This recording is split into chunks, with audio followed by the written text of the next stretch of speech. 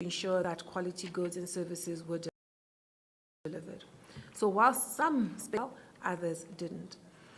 Our assessment was that the overall response was too slow to what auditees themselves had planned and what, in fact, they're still chasing as targets that they continue to miss.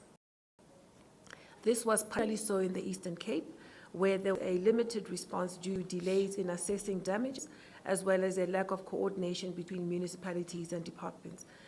Management in the Eastern Cape indicated that the delay was due to the backlog leading to previous disasters, so they prioritized those.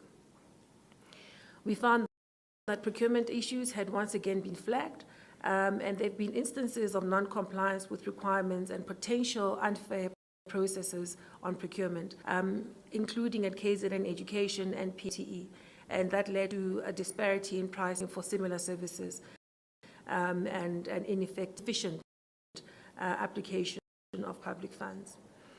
It's clear that the lessons learned from COVID-19 have not translated into the improvements we seek to have. Some have translated those, there's still a long way to go. The end is that some citizens continued to suffer hardship more than 15 months after the floods because of this delayed relief. We share in the next slide the disaster management. And the major point we wanted to make here is that it's crucial that there be constant attention to building capability to respond to a disaster. A disaster has arisen, but rather to keep worrying about preventative controls to ensure there are no disasters, but also to invest in capability to respond quickly when those disasters arise so that you mitigate the risk of extensive damage. Crucial to ensure that we build capability to respond in the moment, but also to continue the cycle and keep learning from every disaster so that over time you build better capability to respond to disasters.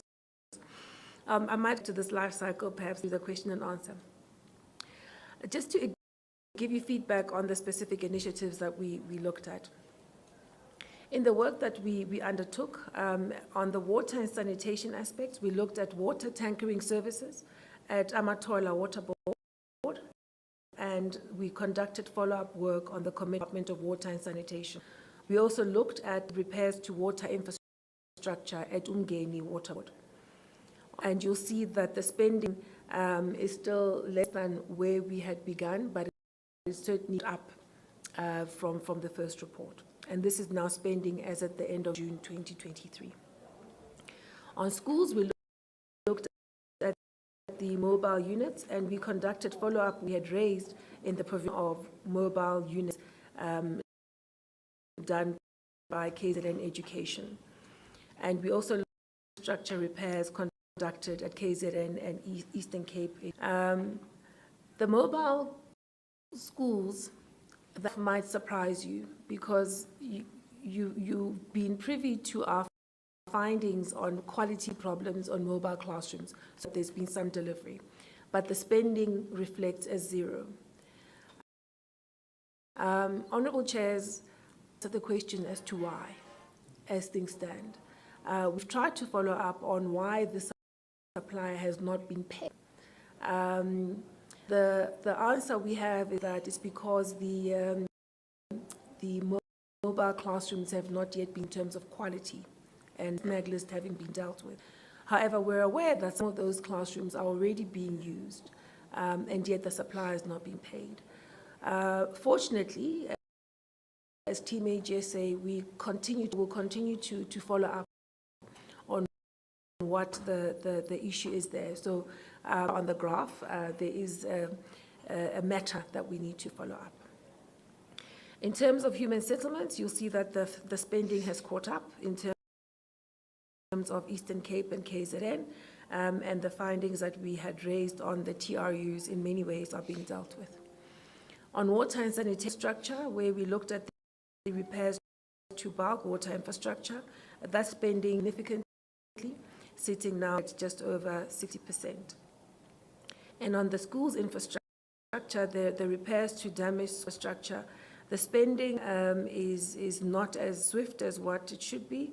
In fact, the numbers for KZN are better than for Eastern Cape. That's lagging behind in terms of the expenditure on this aspect. If I move slide to talk about some of the other initiatives. On railways and facilities, we looked at the repairs undertaken by PRASA and Transnet. We looked also at roads repaired by SANRAL and KZN and Eastern Cape Transport Departments. We looked at the health facilities, repairs by KZN Cape Health Departments, and then the repairs by PMTE and the Department of Public Works. What we have is that on the railways and other facilities, there's been significant spend by Transnet. They're sitting now 55% of the spending that had been identified. PRASA spend was lagging behind. They'd only spent 15% of their 796 million budget. On the roads, KZN spent 73% of their budget. Then Cape had spent 62%. The slow part here was SANRAL, who spent only 9%, 972 million rand budget. The information we have is that SANRAL indicated that the delays were due to late confirmation of budgets from the different provincial departments. And we set that out in slide 31. Allocate part of that to the poor coordination between different entities in government. KZN and Eastern Cape. Whilst Eastern Cape spent 83% of their budget, KZN spent only 7% of their budget. So the delay there again is associated with KZN rather than Eastern Cape. We in our assessments, part of the spend that the Eastern Cape was able to went towards sorting out some of the existing infrastructure problems, so much responding to flood-related problems specifically. However, at least there's been some improvement in infrastructure through the spend, although it wasn't specifically associated with this particular disaster.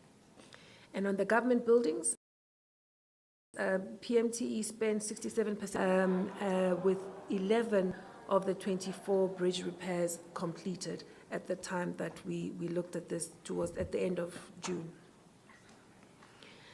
Just to summarize our findings, the key matters we would have raised prevail. We have found that auditees do not have adequate disaster management plans that would have prepared them to respond properly.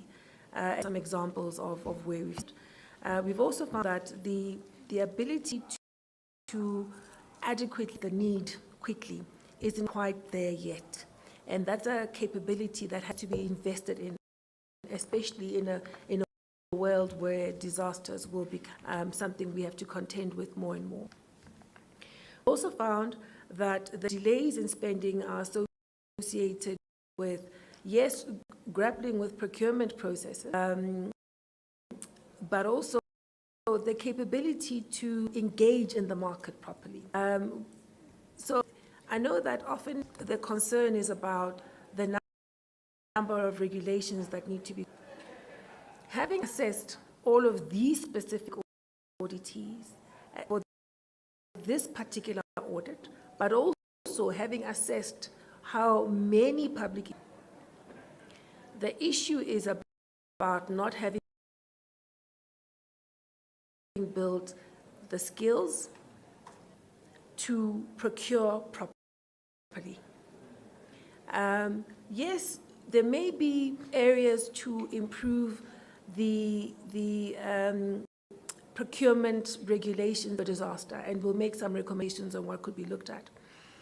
But much of it is less about onerous and more about the capability to engage in the work and to do so quickly and make sure that you give yourself a best chance of finding the right supplier that's going to deliver quality. We've also found that the delivery phase, not managing contractors once they're appointed, not not following the contract that's been over. And again, that's a discipline and capability that needs to be attended to. A lack of coordination remains a matter of attention, and I think we've given few examples of where that has become prevalent. But if we do in the ability of all public institutions across the different spheres, but also across different public institutions, even in the same sphere, that we fails. And I noted that that is something that certainly in Gauteng is now put from the Honourable Premier. There were all instances of poor payment practices. So at the Department of Transport in KZN, for example, retention amounts were not withheld on 2 projects. They actually should have been withheld because of quality problems. We also saw that penalties were not imposed when contractors did not deliver. Again, that's a discipline and monitoring controls issue. And then the other aspect we wanted to highlight as a key part of our summary is that the lack of maintaining existing infrastructure made to avoid the worst of a disaster, and even more different quickly when there is a disaster. So the infrastructure maintenance backlogs catch up with you in the most difficult in the context of disaster. And we saw this especially with the roads in KZN, but also with the schools in KZN. The Spatial Planning and Land Use Management Act is not being implemented appropriately in a number of municipalities. And so you have people building homes and residing in areas that they shouldn't, and to suffering from disasters. And that's one of the key things that needs attention in terms of putting in the capability and ensuring that that is adhered to. And with that, there are responsibilities for municipality, but also for the provincial and national spheres as well. We noted that at the end of our August 2022 report, there were commitments made. Some of those commitments are still in the process of being implemented, and we'll continue to track those as we audit in the course. And there have been material irregularities that were issued that we needed to issue. We've not hesitated to do so. And we've done so around overpayment suppliers in the context of the Department of Public Works, but also around the payment for TRUs that were not completed and yet the contractor was paid, resulting in financial issued those. Naturally, the major thing we need to worry about is the skills, the discipline, the capability, showing that we don't create these problems long before the MI is issued. Because by the time we're issuing an MI, chasing after money that's been lost, the ability to collect it back is quite limited.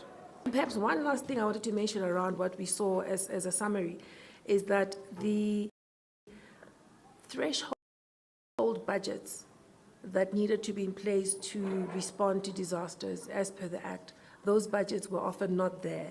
And if they were there, they were certainly not adequate, and they didn't comply with the minimum criteria as set out in the Act.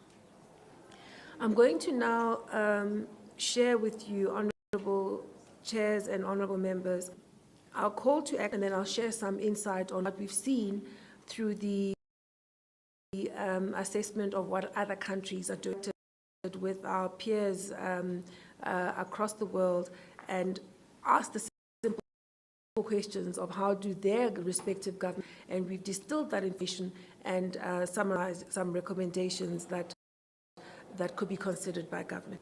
But perhaps let me start with our own specific call to action. We believe that it's absolutely crucial for all leaders across the different spheres of government to take action when delivery is slow or compromised in a disaster, but also even outside of a disaster.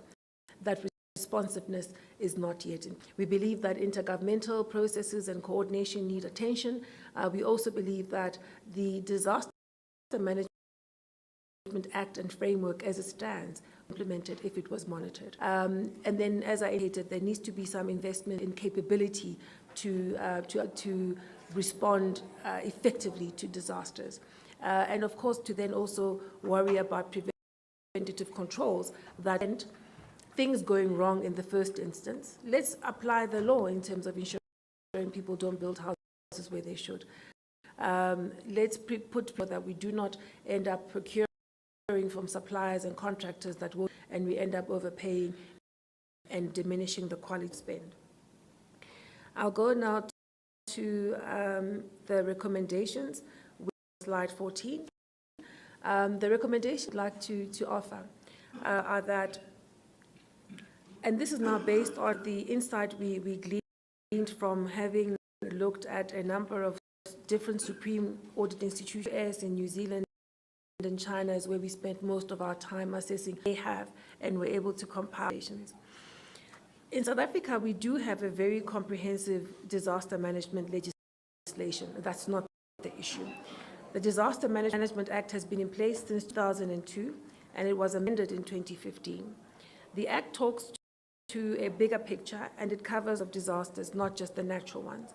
We found through our engagements with auditees that often auditees for natural disasters, they need to extend to looking at other types of disasters, and I'm pleased that that is the case in Gauteng. The Spatial Planning and Land Use Act, that requires all spheres of government to have plans on land use management and the provision for land for residential housing and for developments on that regard. That needs to be appropriately. We found also that the law relating to the responsibilities National Department of COCTA is specific in terms of what needs to be done. There can be strengthening on ensuring that that is complied with. The matters around the threshold for attention, as I just indicated, and it would be attention within the specific public institution that must provide threshold funding, because that allows them to respond quickly whilst they wait for the declaration of a disaster and await other funds to come into their. So they need to have a discipline of complying with the provisions of the law and providing for that funding, so that it is available when there's a disaster. It's also incumbent on the National Treasury to support the system in monitoring that that does happen. We've also found that the National Disaster Management Committee could also operate a little bit better in terms of creating the capability we need to respond to a disaster. We also share some insight that could happen within the context of a disaster. Some of the things we found as good international practices are that governments establish emergency procurement databases so that they avoid the lengthy procurement. They have a database from which procurement can happen, but of course they ensure that there's compliance with that, and it's monitoring in terms of the efficiency of spend associated with the suppliers that are on that database. We've also seen that there is a trend amongst our global peers of having the preemptive action capacitated upfront. So I quite enjoyed the input from Gauteng around having set up the search and rescue teams that are on standby. That we've seen is best practice from having looked at what our peers are doing across the globe. You have some capability that stands ready to respond quickly. Also noted that the role of civil society and of communities is raised in a way that's constructive. It allows communities to be part of the decision making. It allows communities to be part of understanding the progress being made in execution. It allows, through the presence of leaders in the context of a disaster, for communities to appreciate progress and to see progress. Part of the challenge is that communities that don't see progress and are not privy to what the program is, impatient. And what we've seen is civil society, together with the voice of communities, then assists in reaching communities in terms of assessing the needs, in reaching communities as there's a element of what the response package would be, and then as it's being implemented, there's ongoing education.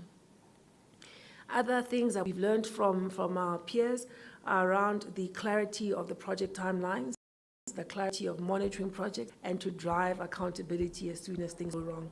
We don't wait until we're sitting with goods and services that we cannot use and the money is gone. The thing I've told you is too different from what we would have said before, but at least we've completed what we promised to do, Honourable Chair, which is to say we will go and check what our other parts of the world are seeing and would incorporate that into the recommendations that we as the Audit Office would share with this committee, and we would share with other role players in our ecosystem given their different responsibilities. I will end my input here on the basis that we have shared the report with you. The detail is in there, and if there are questions, we stand ready to assist. Thank you very much, Honourable Chair and Honourable Members, for your attention. Thanks, AG. It's always good when you are leading and you bring your entire team. It means you are going to make the interaction very interesting. Let's not keep them for the rest of the day. It will be good whilst you still that question and answer and comments from the honourable members with the one of COCTA after our comfort break, the tea break. Colleague, clear recommendations, clear way forward, very detailed. It has been sent to us in advance. And now have the opportunity. Honourable Zungul.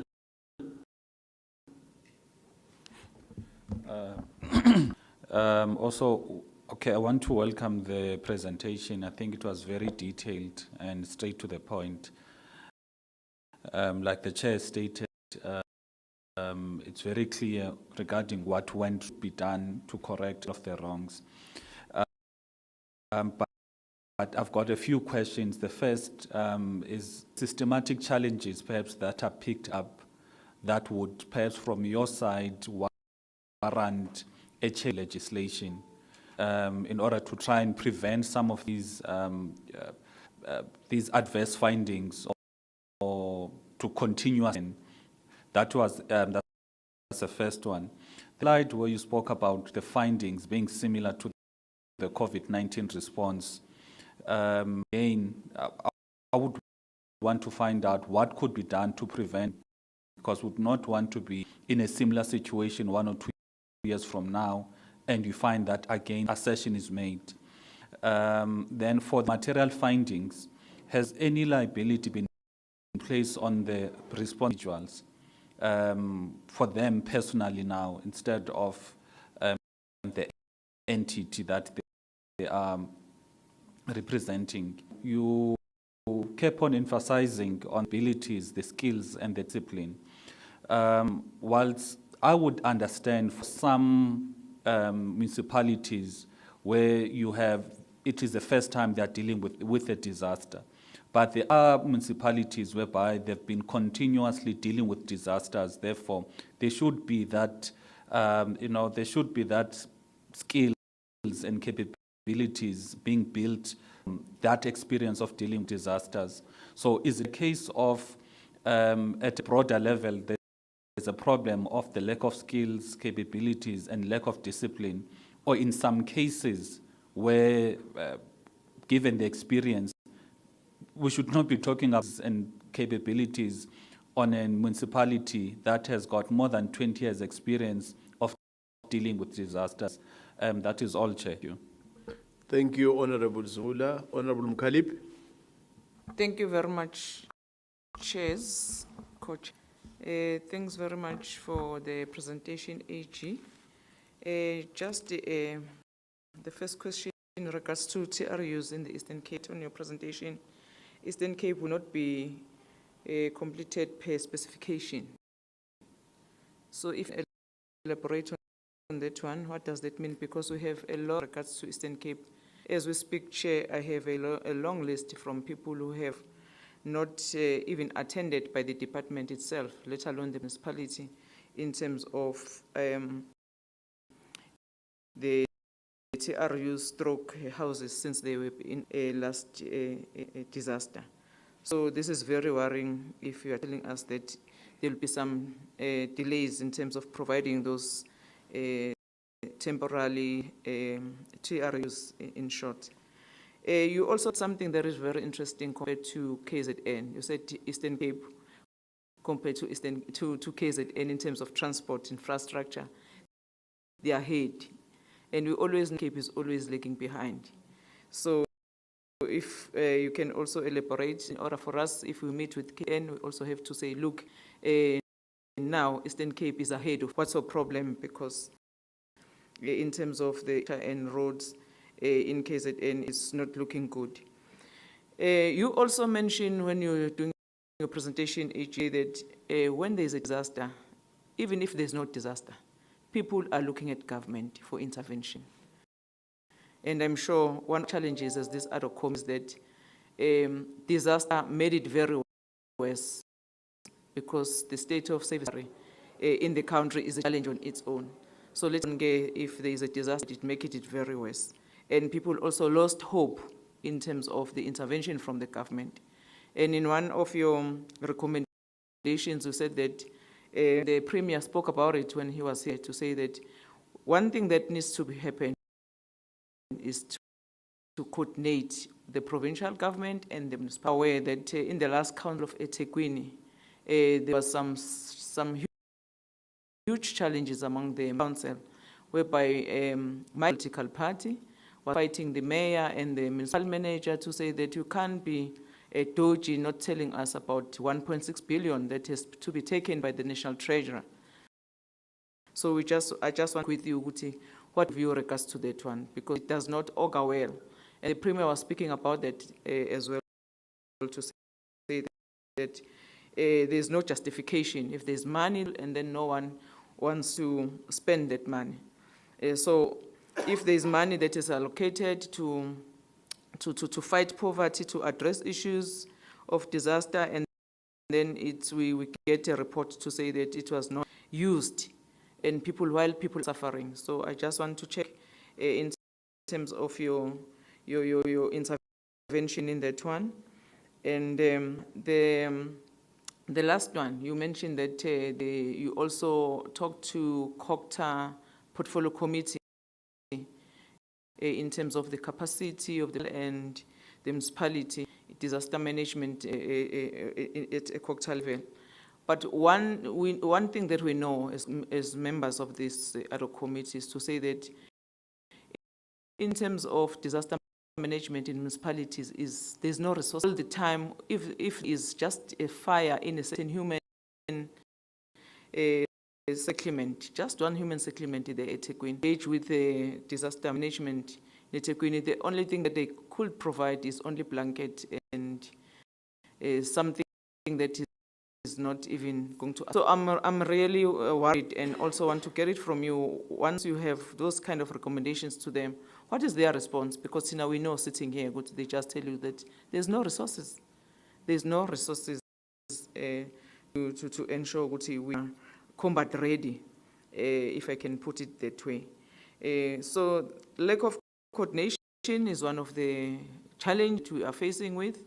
I don't know if we are still recommending that, and how far are we going to be able to achieve that, because that's one thing that we need to zoom in if you want to make this thing. So the last question that I want to ask you, AJ, I don't know if you are the good person or I must reserve it to the MEC, because the Premier is here, is I heard from the grapevine here to say that now, when the Easter, the municipality is not expected to act or to implement anything. The national government has took over of the human settlement. I don't know if that is correct, because when there is a disaster in terms of floods, fire, we go to municipalities to say, what are you doing? People are complaining. And then when they're telling us that no, a new instruction from the Department of Human Settlement to say, no, they are going to enter into that space, is them as the national government. And that one, I don't know how do they align that, because the national government can come and say, I'm going to provide real for a time being, but once they are not in the area, the people are going to flock to the municipality, So I don't know if that is true or if it's not true, but the MEC maybe will also help in that regard in order for us to understand as this other committee. Thank you very much, Chair. Thank you, Honorable Alipe. Honorable Mashiko. Thanks, Chair.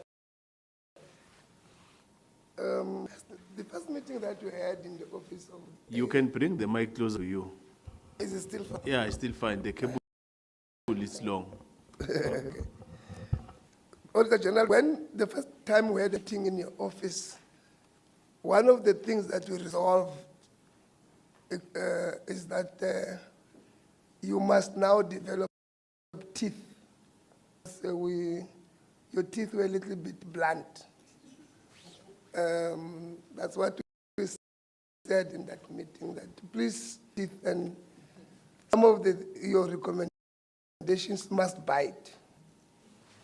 I haven't seen blood come off the wounds injected by your teeth by recommendation. And I think we still lack that. Two, and just in adding to what Onangola was saying,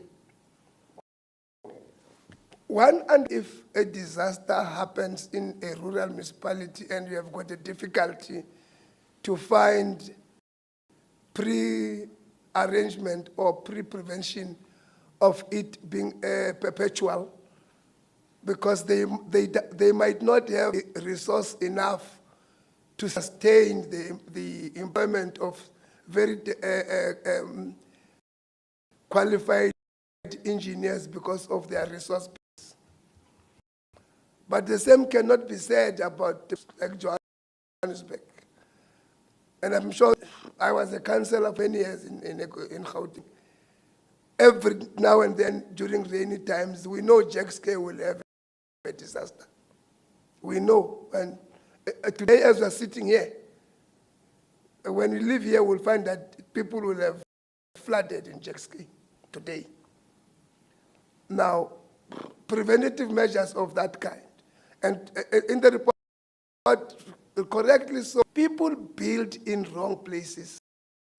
Flood lines, your river banks. When Mpumalanga last week, we saw very nice and built in the middle of the river. In the middle of the river.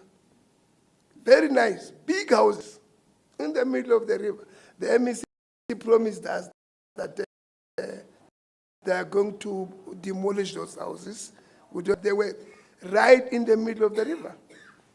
Now, we have got engineers and who must always advise and so forth. In the cities like Bombela, Joburg, why are we not holding them accountable? Yes, and in Mpumalanga and maybe in the eastern, that sometimes traditional leaders, and when they have allocated, they leave. And they do not care what happens as an aftermath after having allocated. So there is that conflict between traditional leaders and municipalities in allocation of houses, which we need to intervene and deal with that. In case then, I doubt they have got a word called TRU. It should be PRU, Permanent Residential Unit. Because where you build a TRU in KZN, the possibility it is going to be the only house that family will have nothing more. So if you say it is permanent, permanent must end somewhere. The TRU we built in 2020 and eroded by floods more than thrice now. Because consistently when there is flood, the very same is flooded out. You build another house as a TRU, it is flooded out. And if it is not, it does not flood out, it is the only house that family have. And there comes a permanent residence. It will never change. What is it that we want to recommend as a solution, more special sense, given what the Premier was saying in Gauteng, we know that that area is going to have a problem because it is the mine. It is in the mine. Dolomite underneath the soil. We know that. Now, a government that is running forward should be in a position to say that here our plan is to relocate everybody compared to having a piecemeal approach which will be there forever. It will be there forever. What is it that we want to do?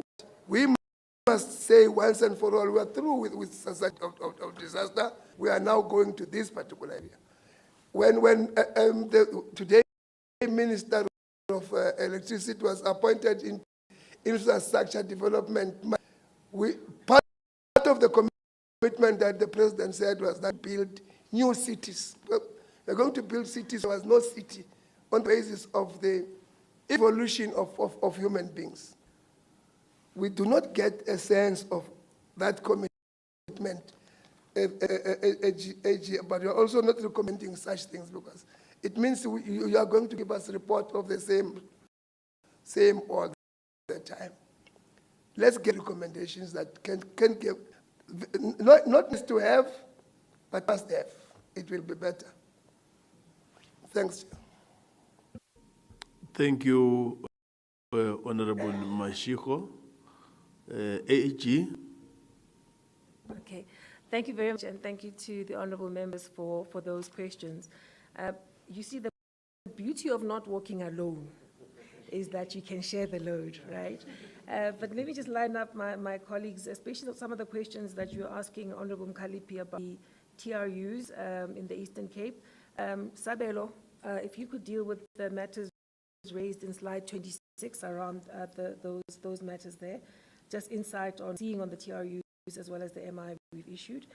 And the matter you're raising about Eastern Cape lagging behind or KZN. So most of the initiatives we audited, KZN was ahead of. What was interesting was that Eastern Cape was behind, was ahead, pardon me, on the healthcare, on those healthcare facilities. And I was noticing that perhaps it was fixing and not the new one. So it was indeed the Eastern Cape. But Vanuja, perhaps you could add on if you'd like. I'll give you a chance now. And eThekwini, Marusha, who's sitting behind me, is auditing eThekwini as we speak. The auditor has some insight she can offer on the matter you're asking about. So Marusha, if you could share that with around the capability and the coordination issues, as well as the instruction note that may have been raised. And around no resources for people to be combat ready. There are a number of different demands on different public institutions at the moment. I guess there always have been, but different competing demands, and the resources we have available are diminishing all the time. As we discipline in ensuring that we need are being budgeted for, and the money that's being budgeted is being used specifically for that. That's the first thing. The second thing is that perhaps the smaller municipalities would never have the ability to create capability to be combat ready. But herein lies an open for collaboration within the district to ensure that the capability that's required is not being invested in every single local municipality, but can perhaps sit in a district, and perhaps even districts could share. Disasters might not hit everyone at the same time, but you just want to have some capability, all of government, at the appropriate moment.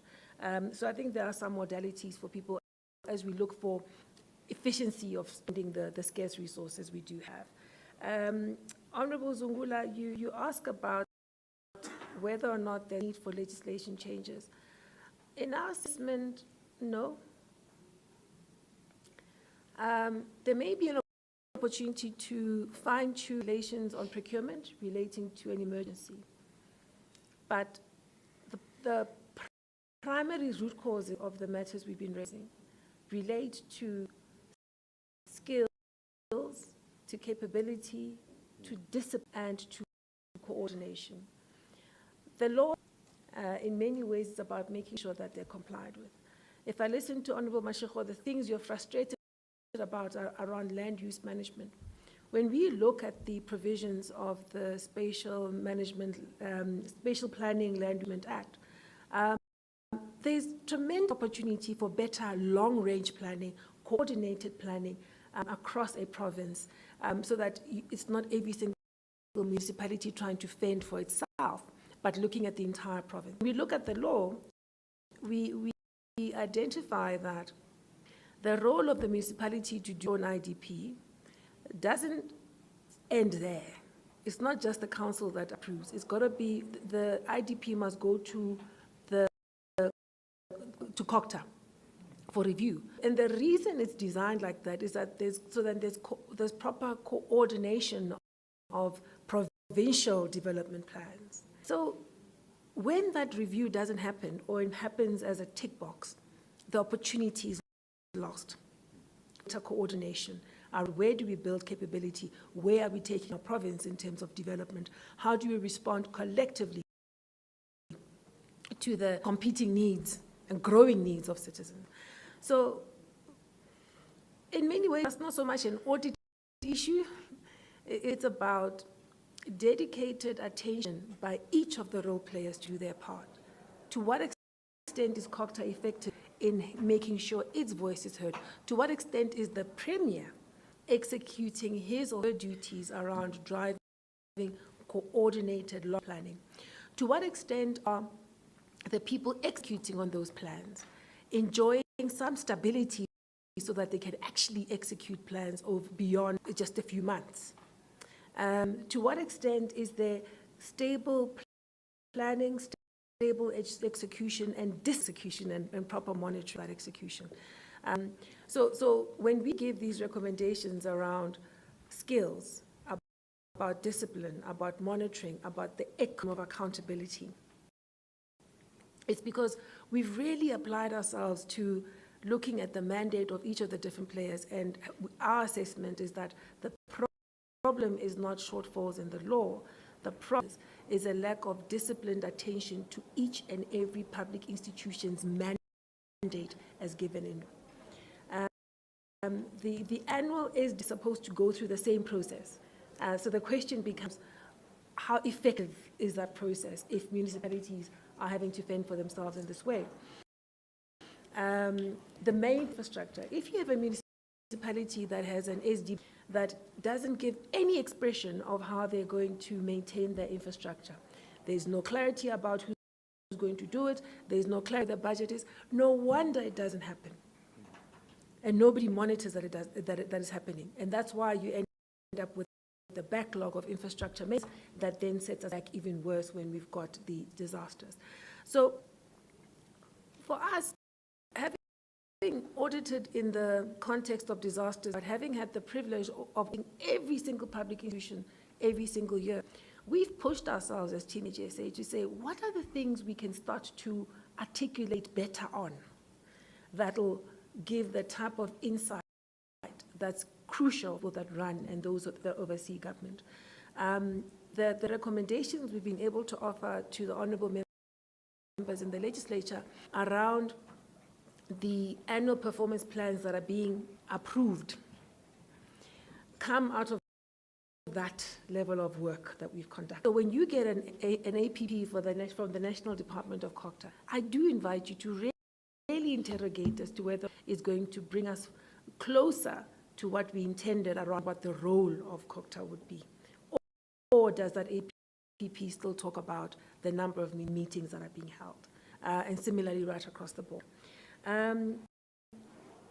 The matter around when you ask Honorable Zungula about what have we learned out of COVID, right? Some lessons, I think, have stuck.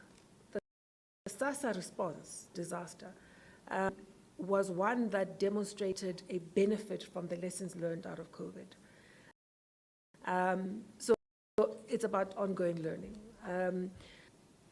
We can all, I guess, be concerned about the pace of the learning being entrenched. At least you can see that there's a benefit when people do respond to what we raise and they implement the necessary. We just want to see much more of that. And a culture of strengthening of an institution, rather than the stop-start that we keep seeing. The questions that you both asked, Honorable Zungula and Mashiko, about MIs. You asked about personal liability and your question, where your teeth, why they're not biting. I'd like to answer it in this way. The powers that the AGSA have relate to contributing to strengthening accountability, to complementing that which others are meant to do. If you issue an audit finding and somebody bonds, we never have to issue an MI. It's only if they don't respond that we issue an MI. How far do our powers go? They go towards issuing a stronger recommendation. They go towards issuing, taking remedial action. They go towards matters for specific investigation. They even go to a point of issuing a surcharge. And that process is quite lengthy because it's designed with the view that says it is the accounting officer that remains responsible for even responding to the audit issues. So we have to give them every opportunity to respond. And the certificate of debt is then issued long after we've gone through all of these different steps. Our teeth biting, I believe they are. We issued a report into Parliament just last Friday, which was just another update on how we're doing in MFMA, and we'll do the same for PFMA. In MFMA, I think we're able to respond that we've already saved the fiscus over R1 billion by implementing our powers. We are getting accounting officers to respond to matters that they should have been responding to anyway. But now, because we push, we follow up, and they know that at some point this thing will bite, they do then respond. In over 8 MIs that we issue, the responsiveness comes once we've issued the MI. But when we assess the matter, it should never have got there. So the point we are at pains to raise as the audit office, we're doing our part, and we're making a great impact. Pretty soon, at the end of the month, we will issue the PFMA report for the most recent audit of PFMA. The numbers in terms of what we're saving the fiscus are staggering. And remember, it's not our primary job, right? Our primary job is to audit and report. We've taken these powers and we've been able to use them in a way that does save public resources. But if you look at the difference between what identify as losses being incurred and what is actually being collected, it's probably like 10%. And why is that? Because by the time we come and issue an MI, in time for that leakage to continue, when we issue the MI is based on a sample of findings, a sample of things we audit. We don't audit the entire population of transactions. It tells us is that our focus has to be on making sure that people of competence, people who are responsible and are responsive. When something goes wrong, they pick it up and they deal with it quickly. It's no good waiting for the AG to force you to go and recover losses. By the time that happens, the ability to recover what you've lost is quite limited. People have liquidated their companies, they've spent the money. Much of it is gone. We do our very best. Crucial that everybody else in the ecosystem of accountability does their part as well. That's how we're going to be able to give the resources that we need so we can build the capability that's so crucial. And that's why I keep highlighting skill, discipline, capability, and responsiveness. If I may, Honourable Chairs, ask my colleagues to weigh in. Sabelo, can I start with you, and then Vanuja, and then Marusha? Good morning once again to the honourable members. Thank you. With respect to settlements and the Eastern Cape, we'll cover those.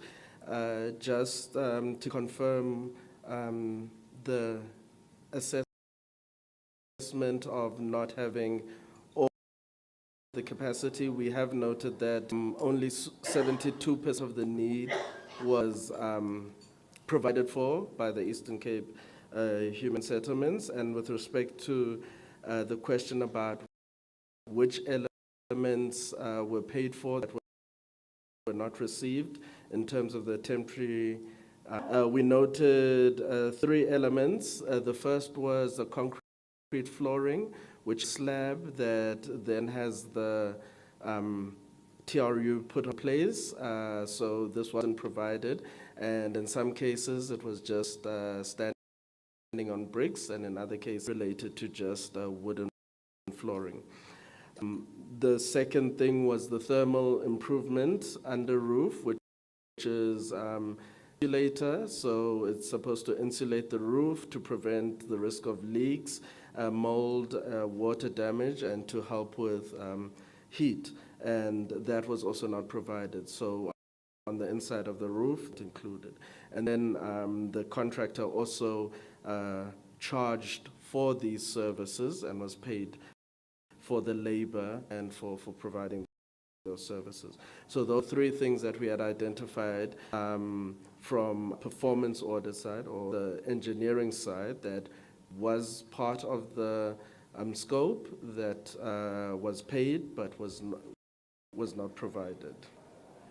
This then, of course, resulted in an MI because there is a loss. The accounting officer did respond to the MI. We noticed that the actions were not appropriate. This was due mainly to the fact that investigation didn't occur to identify if there was anybody who was responsible. There were no disciplinary processes or any consequence management processes with regards to this, and there was no any elements of improvements in internal control in the response. It was mainly just a justification of why they went this way. As the accounting officer's response was not appropriate, this then has resulted in the second step, as the AG alluded to, where we have issued a recommendation, and this recommendation indicates that within a time frame of 6 months, the accounting officer would have to perform an investigation. They would have to also follow consequence management processes and implement the processes of recovering these funds. And if then that isn't responded to within the 6 months, of course, kick off the next element of the MI process. Thank you. Thank you. Thank you, AG. Indeed, there was slow spending at the Department of Health in response to the infrastructure damage during the floods.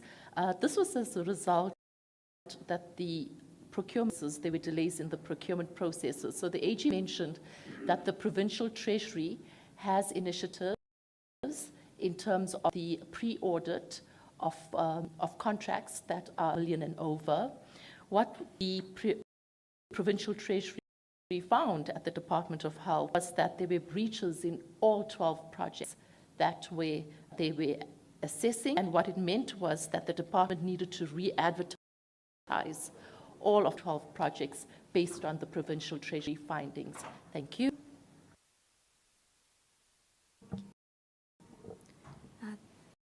Thank you, AG. Thank you, honourable questions. I'm going to combine a bit of human settlements with them. As you know, in KZN, when the floods happened, the eThekwini area was hugely and mostly affected, and therefore there should have been a more intense coordination between national, provincial, and the metro in terms of then responding to that disaster. So that slow response and lack of coordination then led to the findings we had in SR1. And the province's response to the findings from SR1 is then they started to relook at the whole TRU project. The building materials, we raised the findings. It isn't SR2, but in our second report. But in terms of the findings, we then tabled and discussed with both the department and the weaknesses, the lack of a policy, being able to identify who the building materials should go to. That project was also suspended or closed, and the KZN provincial government is to house people on a temporary basis. while they then move into a more permanent project of acquiring land and starting to provide permanent houses. But I think what we've noticed in terms of humans and the provision of housing, be it the normal housing in terms of the list and the backlogs and the disaster, is a really slow response. And in terms of our interactions with the CSOs, in terms of the performance targets achieved by the department and the Metro, what they're responding on, and I think the province needs to focus on that. In terms of just the Metro and disaster relief, there was this year, and not by the end of June, and that's the recall that National Treasury has invoked. And we have spoken to management who said they are in the process of meeting with National Treasury in terms of the funds, but it's linked to monies being to address some of the disaster.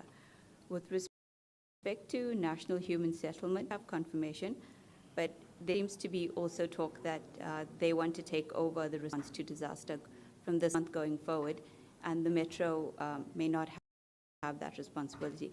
But I think it's something that we would have to see the actual instruction and how it has been communicated as well.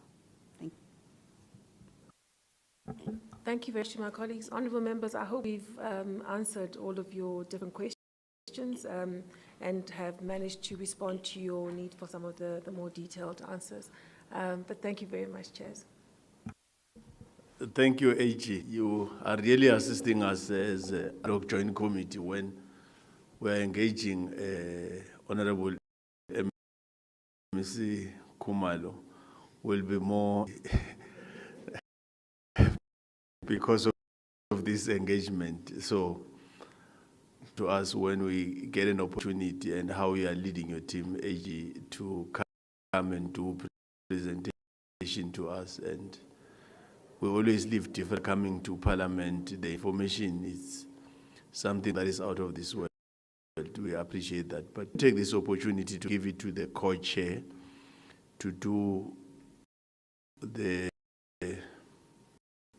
remarks in thinking, as we have indicated when we started, when we go to a province, we don't disrupt everything that you are doing. We're aware that you do have some plans that you'll be doing after this, your ESCO and everything.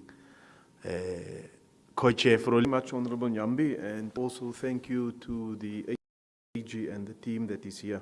Few concluding remarks before we go into the morning tea break, coffee break, is that it is currently processing the climate change bill. It has passed through the National Assembly. It's currently in front of the National Council of Provinces. And element of the regulations that flow out of that bill will point to provinces, and it will point to municipalities on their roles and responsibilities, and also deal with the issues of the management and the mechanisms that must be put. It is thus very important that your report that you hear this morning, as part of the outcome of the last that has been done in working with our committee over the last 2 years, will be incorporated, of course, into those regulations that are there. That's of critical importance, because then it means we've learned a lesson, and we can become more proactive and also deal with the critical elements that must be put in place in sourcing the people with the political leadership that is required. You find a tendency in certain municipalities and even in certain provinces where there's almost like a handover process to the administration and say it's your business to do it. Political leadership is crucial if we want to achieve the outcomes and if we want to underpin the work that our chapter institutions, in this instance, the Office of the Auditor General, is doing. You see, Honourable Mashego, you can look, won't easily find blood. Their work is to point at where the problem is. And there's limited powers, really, that the office, in terms of the material irregularities and so forth. But then There's politicians who must see to it that there's action being taken on the reports that are there, because you cannot year after year go same process, point out the same things, but there's no consequences that come from it.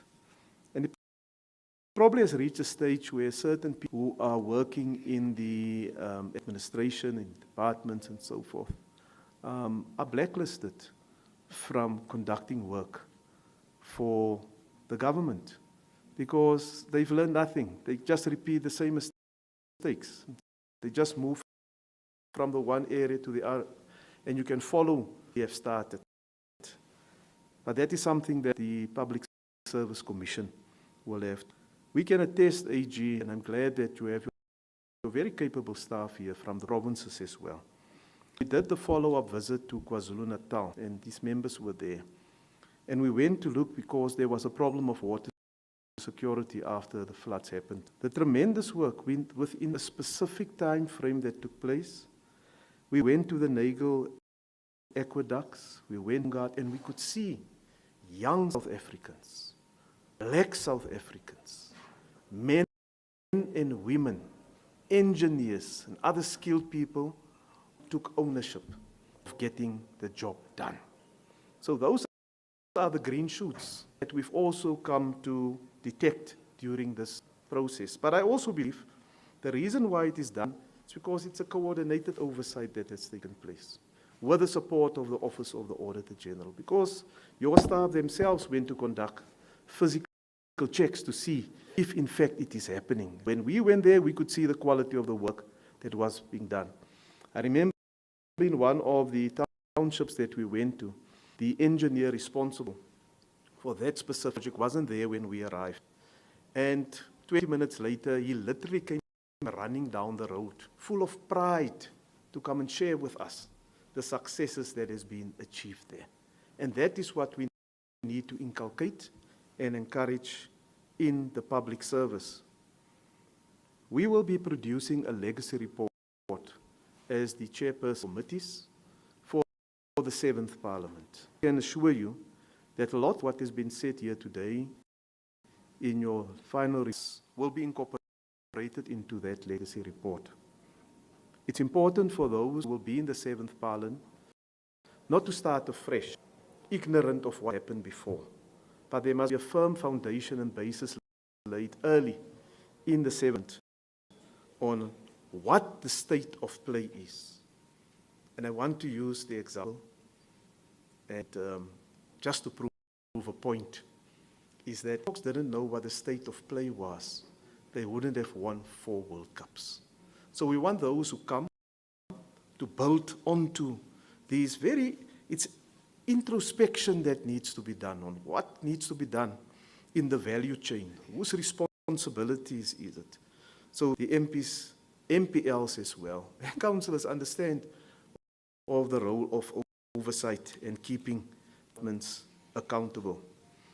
The forward-looking approach, as Premier Lesotho has also said, is becoming more crucial for government, so that we prepare better, we plan better, and that we budget better.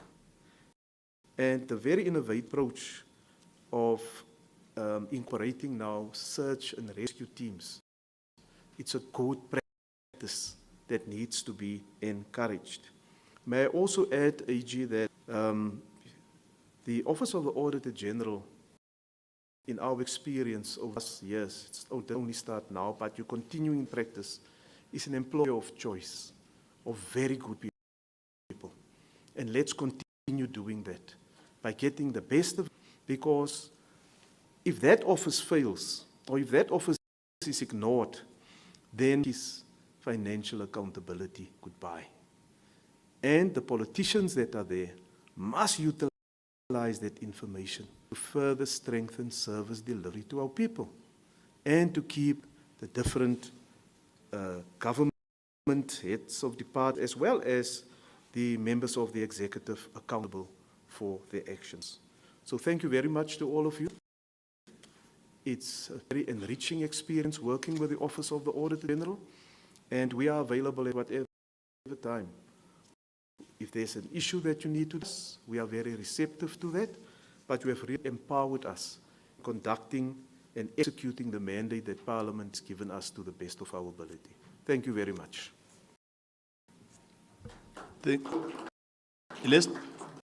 Colleagues, let's try to have the tea in 20 minutes. Strictly 20 minutes, we're back, we're starting.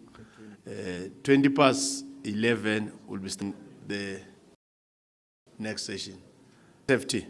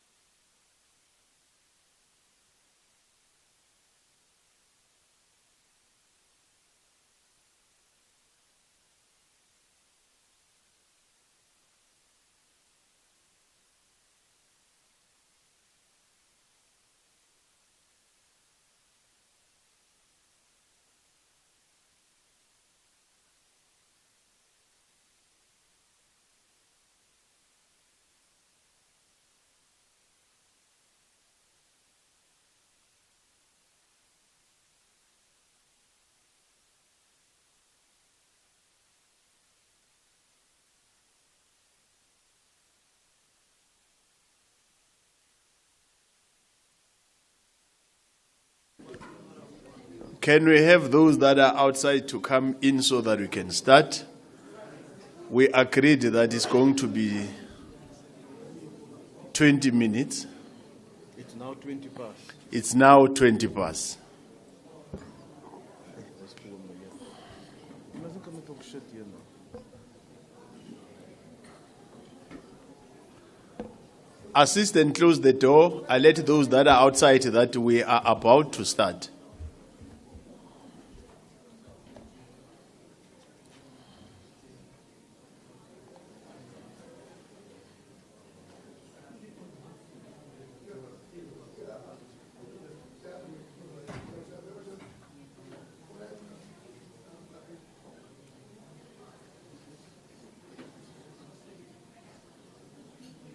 You see, sorry.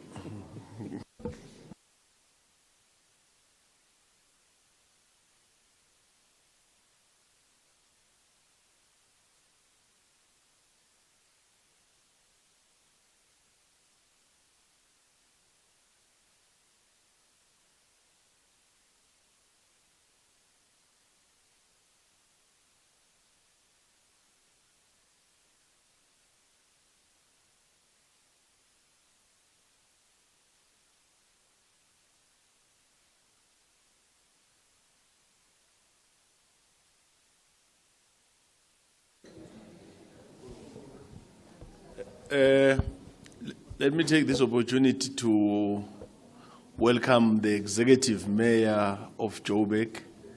You are welcome, Executive Mayor, and the team from our metro in Joburg. We started this morning, the Premier was here and the AG. What we'll do now is to allow MEC Kumalo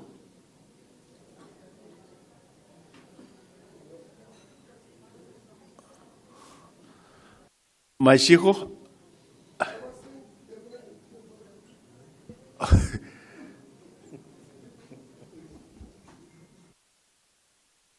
I don't get what you're saying, Mashiko. You can use your mic.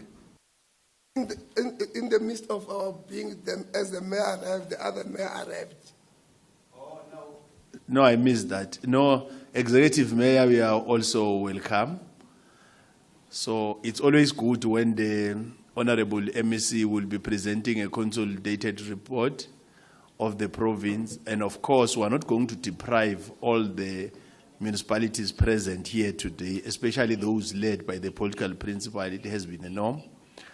MEC Kumalo will present the consolidated one, but after that, we'll allow all the executive mayors to comment, and then if there's anything that they will want to make as an addition, it will assist and enrich the process so that once we get to the question and answer and comments, we'll do justice to the process.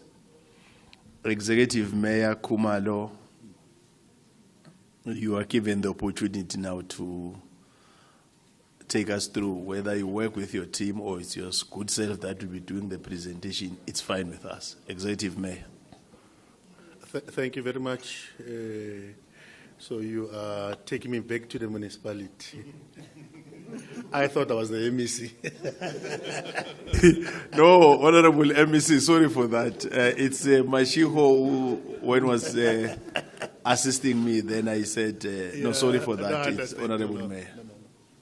That Honorable was on the MEC. latter note. I hope that the presentation is loaded. Yep. Let's go to the next slide. That will be the outline of our presentation.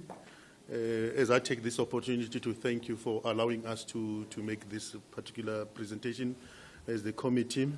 At the core of the outline will be progress focusing on the 2022-2023 disaster.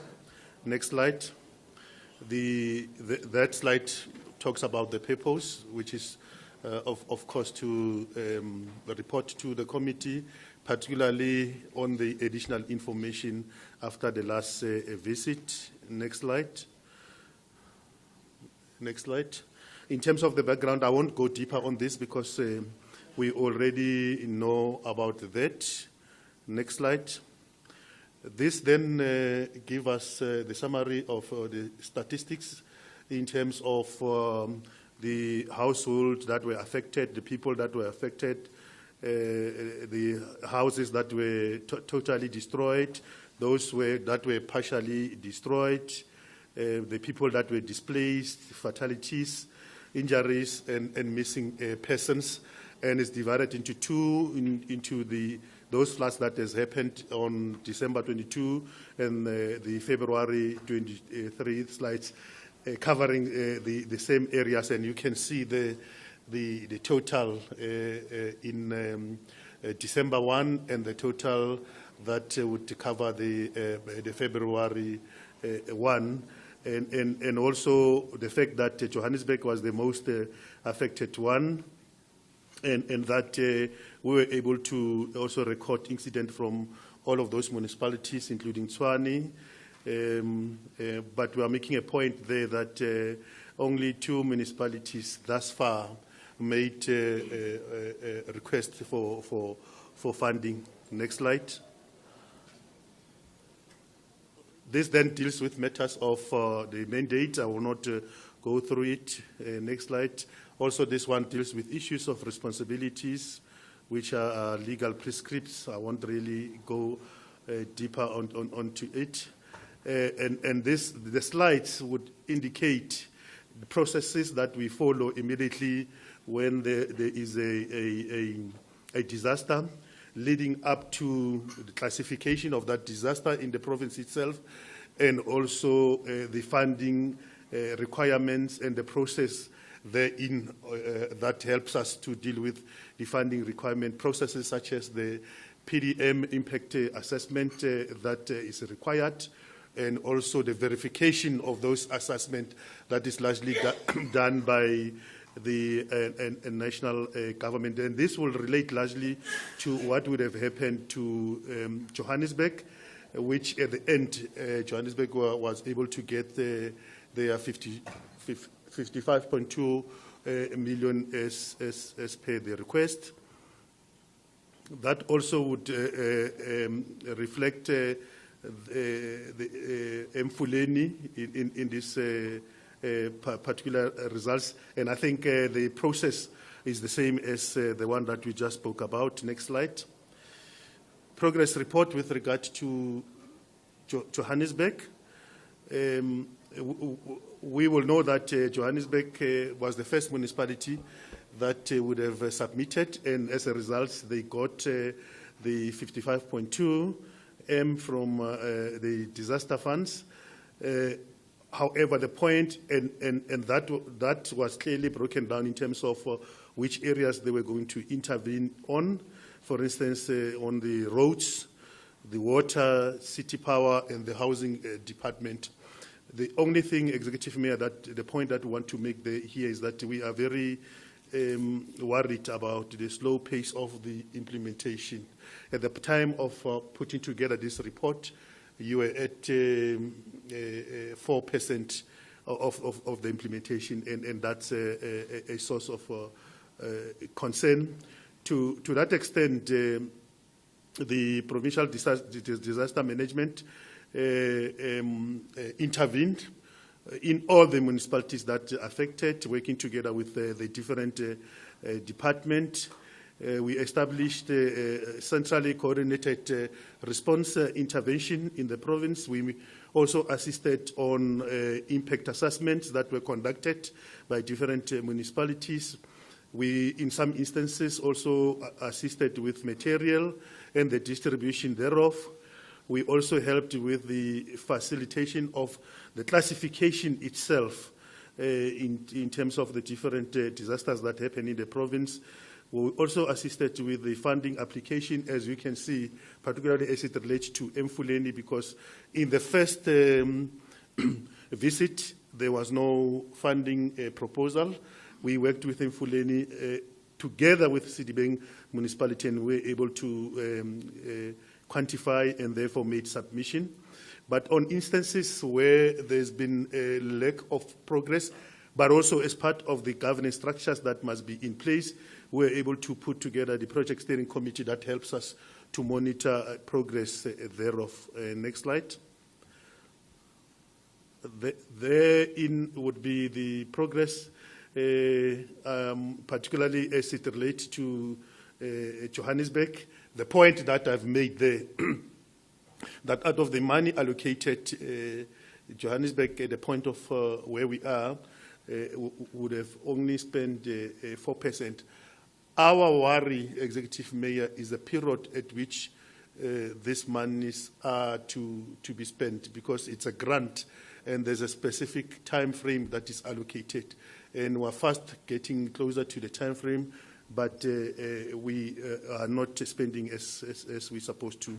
Premier earlier on indicated, and the committee indicated, that there should not be an excuse for us to not to spend as such. Next slide.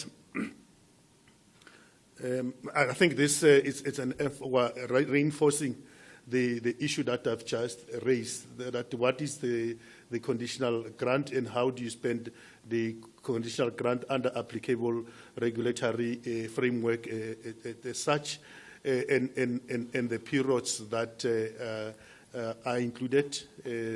For instance, for this one, funds are supposed to be used for these 9 projects. So we need to be specific on the project that we're going to be using it, and we need to keep to the timelines.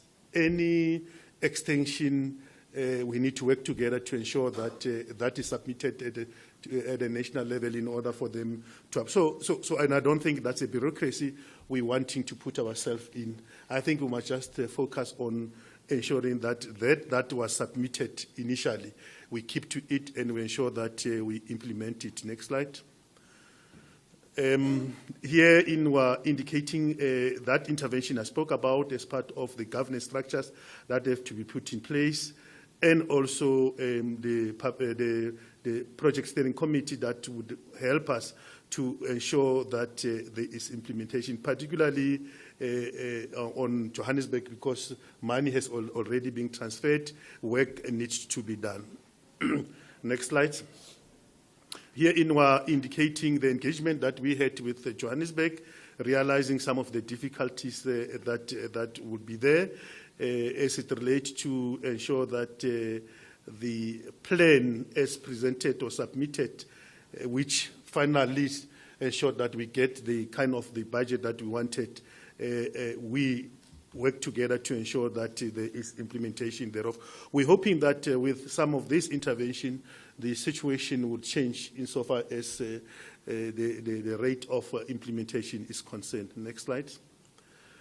Here we're indicating some of the interventions that have been done, particularly focusing on issues of housing.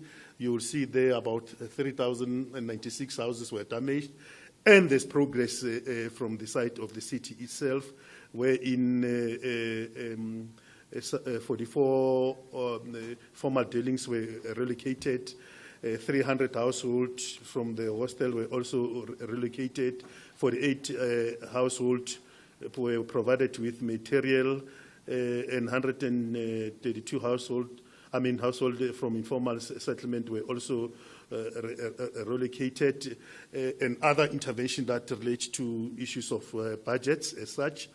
Temporary accommodation of about 240 people that were displaced, but we need to indicate that thus far those people have all gone back to their respective places. Erosion at JSK Riverbank. I think the issue of JSK Riverbank, it's really a matter of us failing to enforce the law. Fact of the matter is that nobody must or can settle there. But for one reason or the other, we're allowing people to settle there. In fact, from where I am, people are using that to jump the queue. So if I want to jump the queue, I'm going to build a shack there. I know I'm going to get into a disaster situation, and I know that I might jump the queue and get an RDP in a relocated area and all of those things. But at the end of the day is our ability to enforce the law, because the law is very clear as such. Our failure to enforce the law we're going to remain in the same crisis forever and ever until somebody takes a view that, no, look, it can't happen, it must stop here. But I don't know, for some reason we don't want to get there. Progress with regard to CDBing. Next slide. Next slide.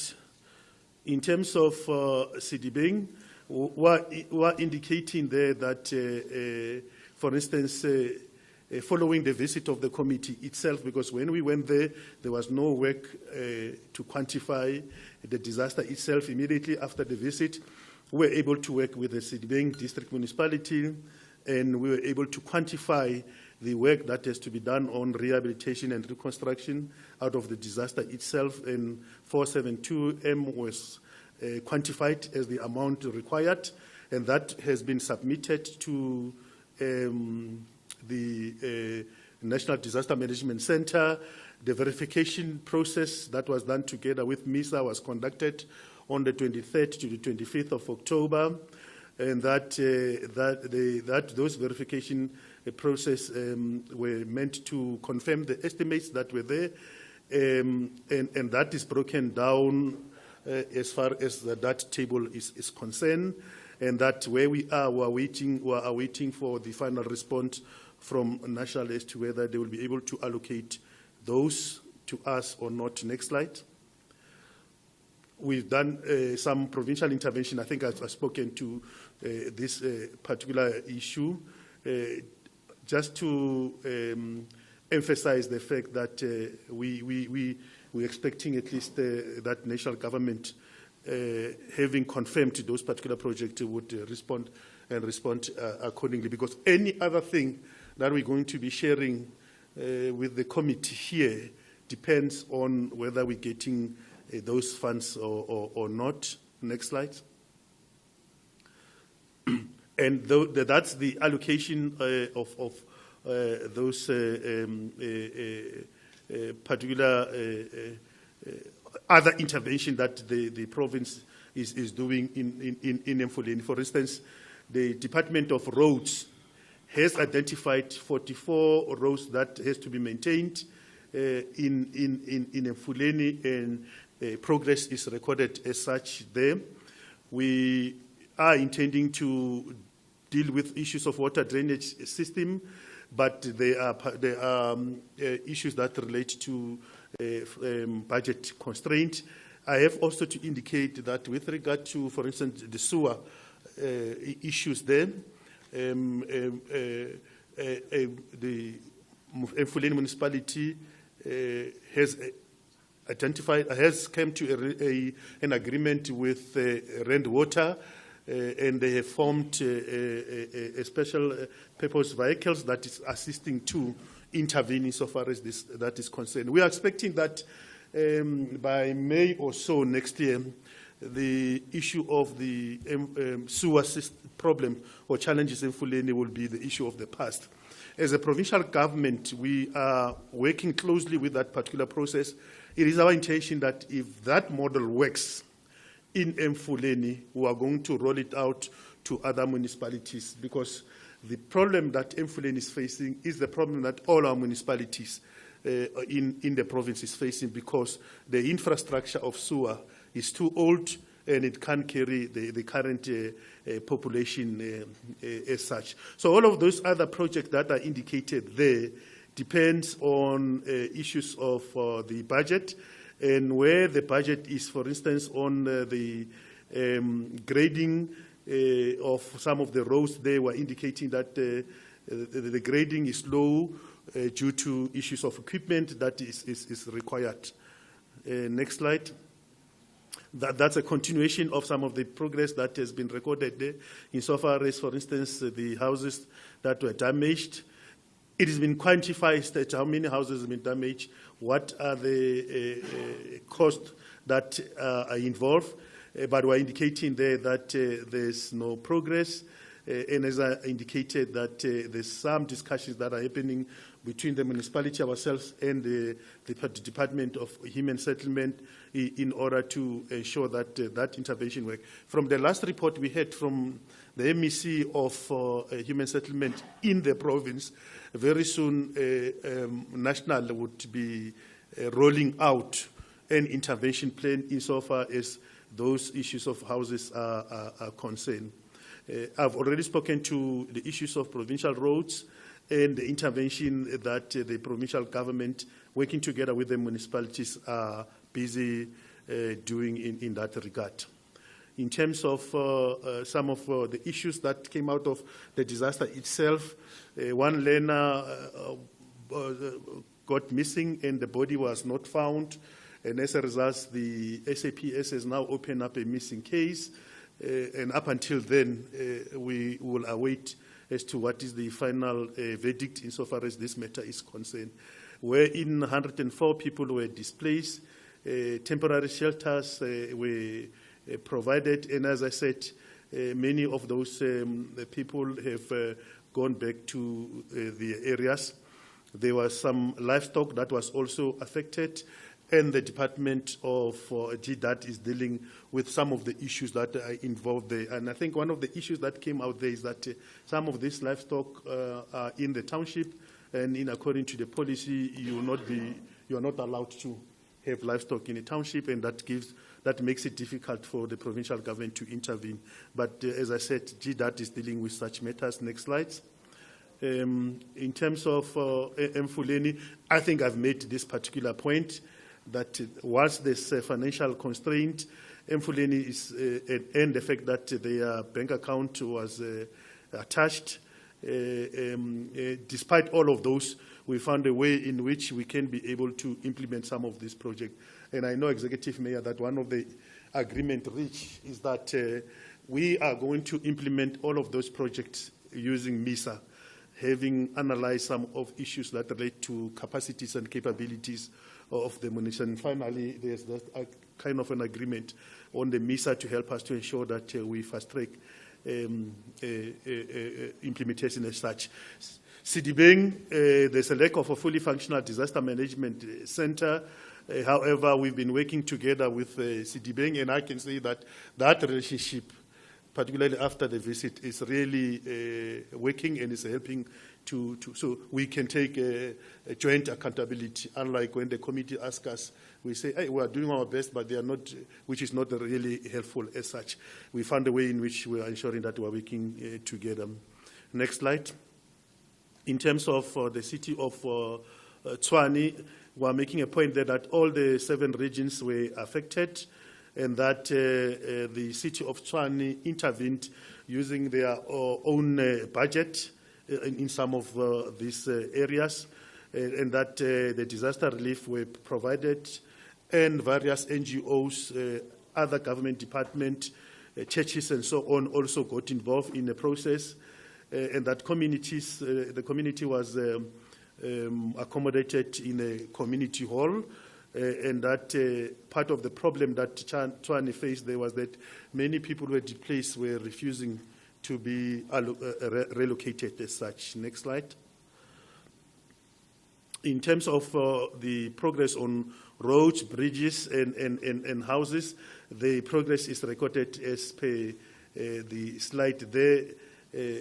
Part of the problems, of course, there is that the procurement processes that are still taking place, which procurement process would lead for the actual work to happen around next year as such. Next slide. Therein is just the principles of relocations. What do you do in a situation where you have to relocate people? I don't think I will spend time there. And some of the progress that has been recorded. Next slide. Some of the progress that has been recorded on some of the provincial roads that were damaged there, and some work that has been done on one missing person that was reported. Next slide. We're making a point there that some of the work that was supposed to be done in Tshwane was difficult because of the community unrest. There's been some unrest there, tensions between the community and municipalities, tension between the municipality and the workers, and all of those kind of things, which has made it difficult. The other challenge is scarcity of land that has made it difficult for the proper intervention them, but also the undocumented foreign nationals made it difficult for some of the interventions there. The housing backlog generally made it difficult for some of the interventions that have to be made there. There are, however, remedial actions that have been put in place, and those remedial actions are reflected in this particular slide as such. Next slide. The challenges that are there in the city of Johannesburg, of Tshwane, issues of resources for emergency relief, which is a general problem in all the municipalities. Officials being intimidated and harassed, as I indicated, due to those tensions that are there. There was these challenges. Financial resource shortage, which is a general problem to all municipalities. Refusal of those who are affected to be relocated in emergency centers, and poor data integration and information management, which is a general problem in all the particular, and it deals also with the point that the AG has raised capabilities of us to intervene on emergency situation. Even on those, there are remedial actions that have been put in place to ensure that these challenges that we're talking to are being addressed as such. Next slide, which is the last slide, wherein we are requesting the committee to note the report, particularly the interventions that happened since the last visit as such, particularly as it relates to Mfuleni, because we're taking note that this is where the committee would want to go to and visit that particular area, because we accept that in the last visit things were not really in order as such. We're hoping that the committee will have a different impression after this visit. Thank you very much, Chair. Thank you, Honorable MEC Khumalo.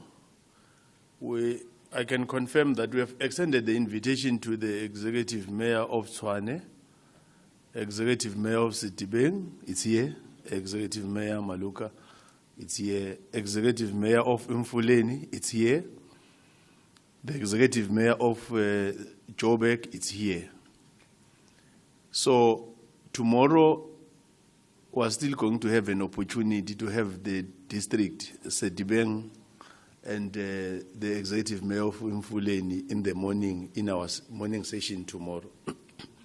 But we're not going to have the same opportunity with the city of Joburg. That is why we decided that after the Honorable MEC, we're going to allow the city of Joburg to raise whatever they've listened to, what we have presented as a consolidated report, but it's just enriching the process out of the issues that we identified, then with some specifics that they can attend to. And then our view as co-chairs is that we are going to have both the district and Mfuleni tomorrow, where we will engage you, not unless there's a different view. But allow me now to extend the opportunity and give it to Executive Mayor Kwamanda of the city of Joburg. First, you can introduce your team, and then you take us through. Executive Mayor Kwamanda.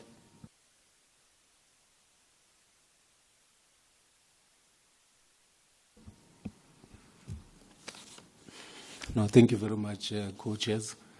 Let me take this opportunity to acknowledge you.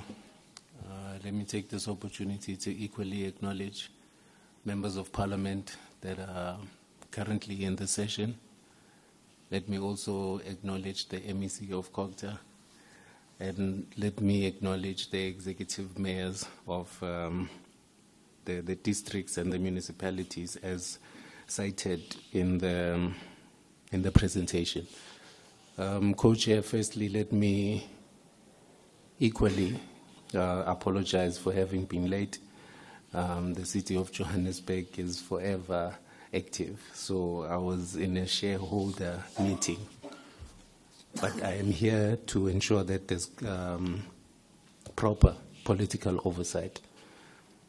Second to that, I am here with a team from the city of Johannesburg led by the acting COO who will then be able to assist us with the presentation. But before, I'd like to note the fact that the city of Johannesburg has, in the last 5 years, proven to be prone to disasters, disasters of different categories. And as such, as this current administration, we have taken it upon ourselves to ensure that we undertake processes that would identify areas of weakness that needed to be strengthened.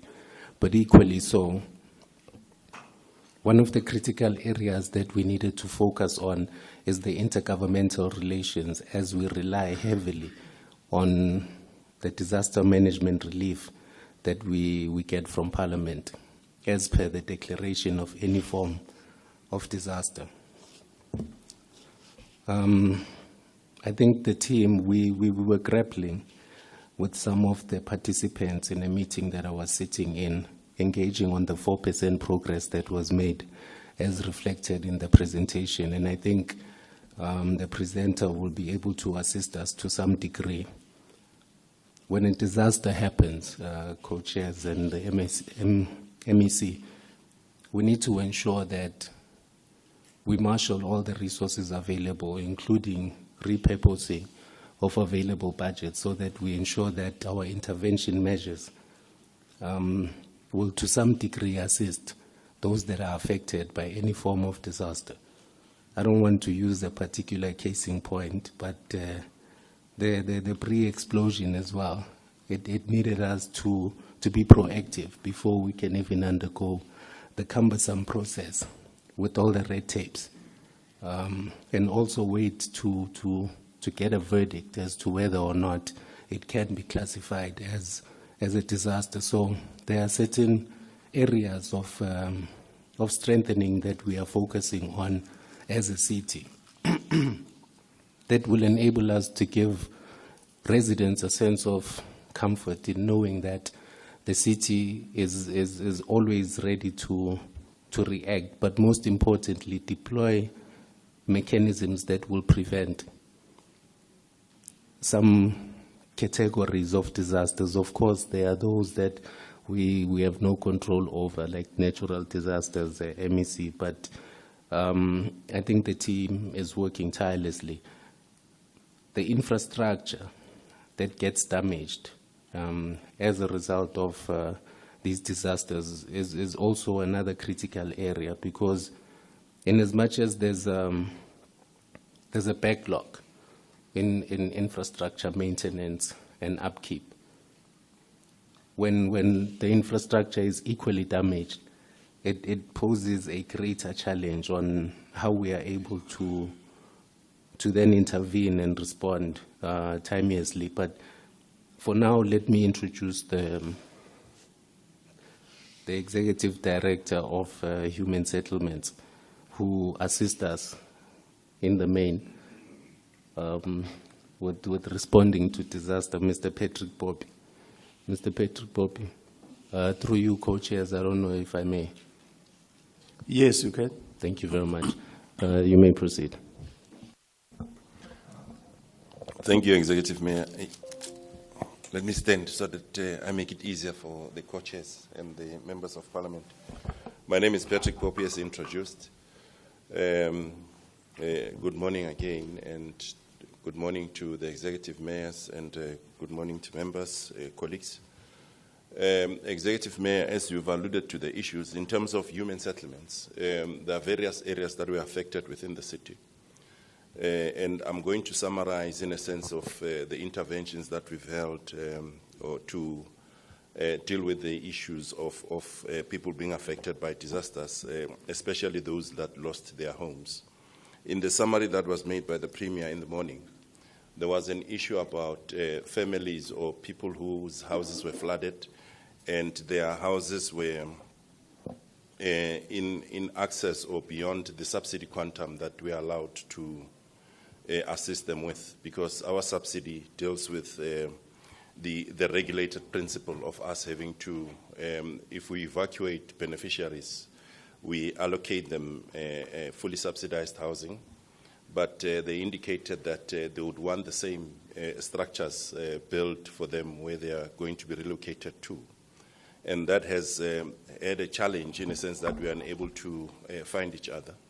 But those that were affected by the disasters, especially in Kliptown, in Gauteng, in Mansfield, Adelaide Tambo, and the various areas of our informal settlements, we were able to provide assistance through providing material and also ensuring that we partition one of the halls in Gauteng to accommodate families who were displaced. And therefore, I would also urge to the committee to assist us. We have applied for 248 million rands to be able to de-densify or relocate families in Gauteng. To date, the Human Settlements Department has not approved the funding, even though they've acknowledged receipt. We've raised this matter in various MINMEC sessions. To date, the response has not been finalized, or the response in terms of transferring funding has not been allocated or given to the city. So we reprioritized our own funding to make sure that people or families are not displaced. Safe to say that the Jaske River that has been referred to MEC, we are in a process as the city to get a court order that would allow us to relocate families or evacuate families within the dangerous area. And this is an interception that the city has proposed to make sure that no one goes back to the same area, and for us to evacuate those families and ensure that the area is secured, and that whenever we evacuate or relocate families, we do it through the prescripts of the law and engage with the affected beneficiaries so that no one jumps the queue, and ensure that everybody is habitable and avoid issues of running around when there's a disaster. There are issues of infrastructure. My colleagues, EM and co-chairs, would I think, give a submission in terms of progress made to date. I note that there's a 4% that has been alluded to, but the team will be able to give progress in terms of how far they've gone. But in terms of the families that were affected, we are able to make sure that they are habitable where they are. And we will, I think that there's a critical element that I've missed, that the city has requested through the National Department of Human Settlements to set aside some of the grant funding that we receive, USDG and USP, which is upgrading of informal settlement, to set aside a percentage between 1% and 5% for disasters that may occur, for us to not wait for funding, but for us to be able to intercept and deal with those issues immediately when they occur, and will provide reports after the event. And they need to allow us so that we are able to be proactive rather than being reactive. I'll allow Joburg Water co-chairs to be able to give a submission in terms of the funding elements on the infrastructure. Thank you.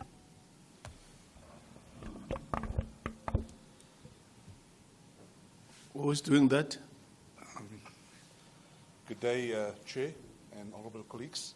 I'm Logan Mansami from Joburg Water Operations. You can sit and be comfortable. Thank you, sir. Thank you, sir. On the Joburg Water side, there's essentially two projects that were, attended to during the floods. One was in Protea South, which is in the southern portion of the city, out of Soweto, where a water main ruptured on a bridge. That interrupted water supply to a large portion in Protea South.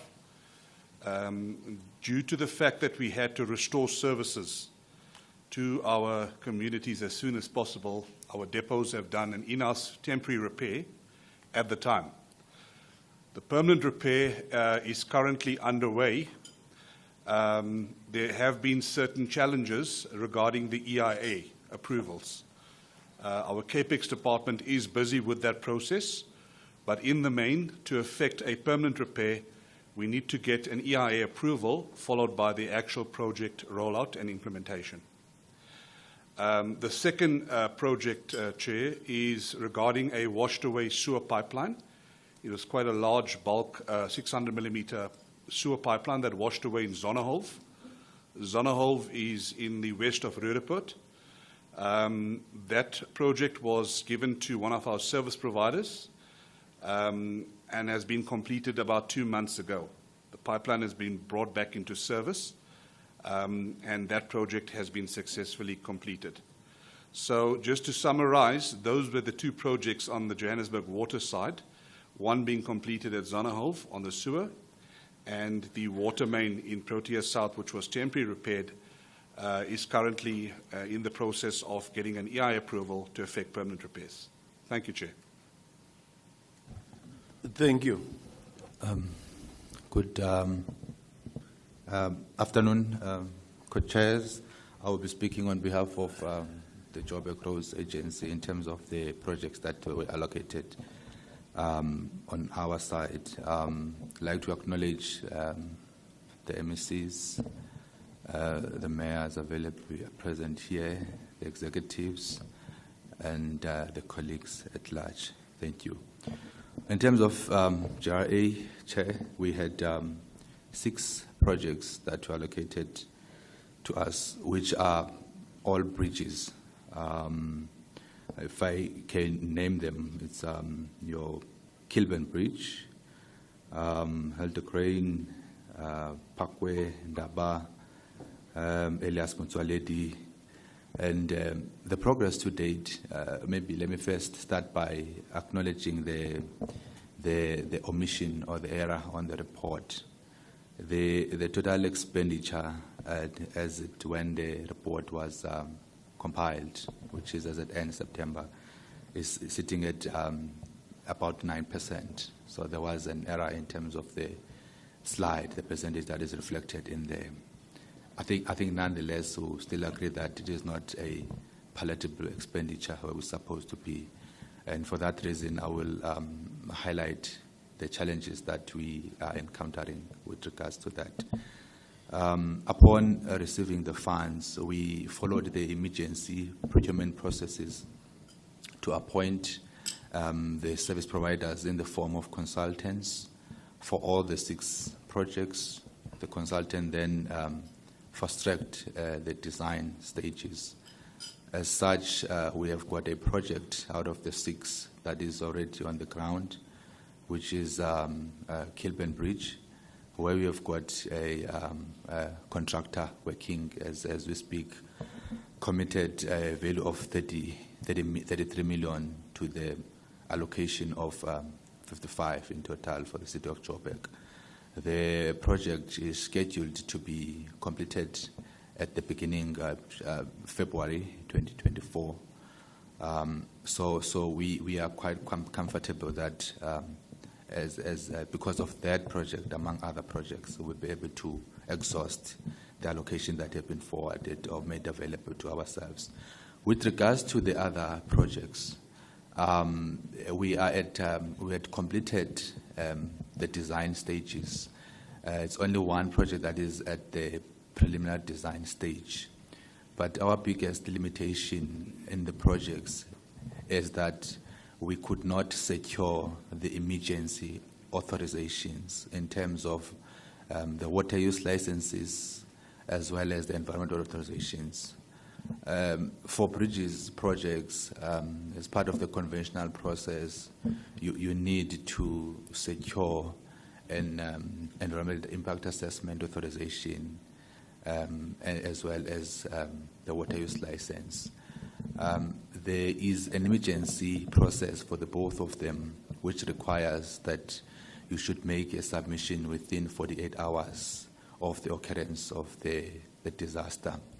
And as the GRA, at the time of the occurrence of the disasters, we could not do it. The process was not undertaken, which then means that we are following the normal authorization process in terms of the water use license as well as the environmental authorizations.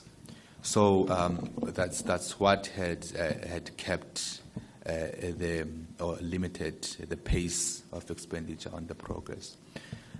We have put interventions, and also would like to acknowledge the support from the DMC and DMC, which is assisting us to liaise with the authorizing department, such as Department of Water and Sanitation in terms of the water use license authorizations, as well as our DICRAT in terms of the GDAT in terms of the environmental authorizations to try and fast track these projects. We have also put together an application for extension. I think it's currently sitting in draft to the end of March 2024.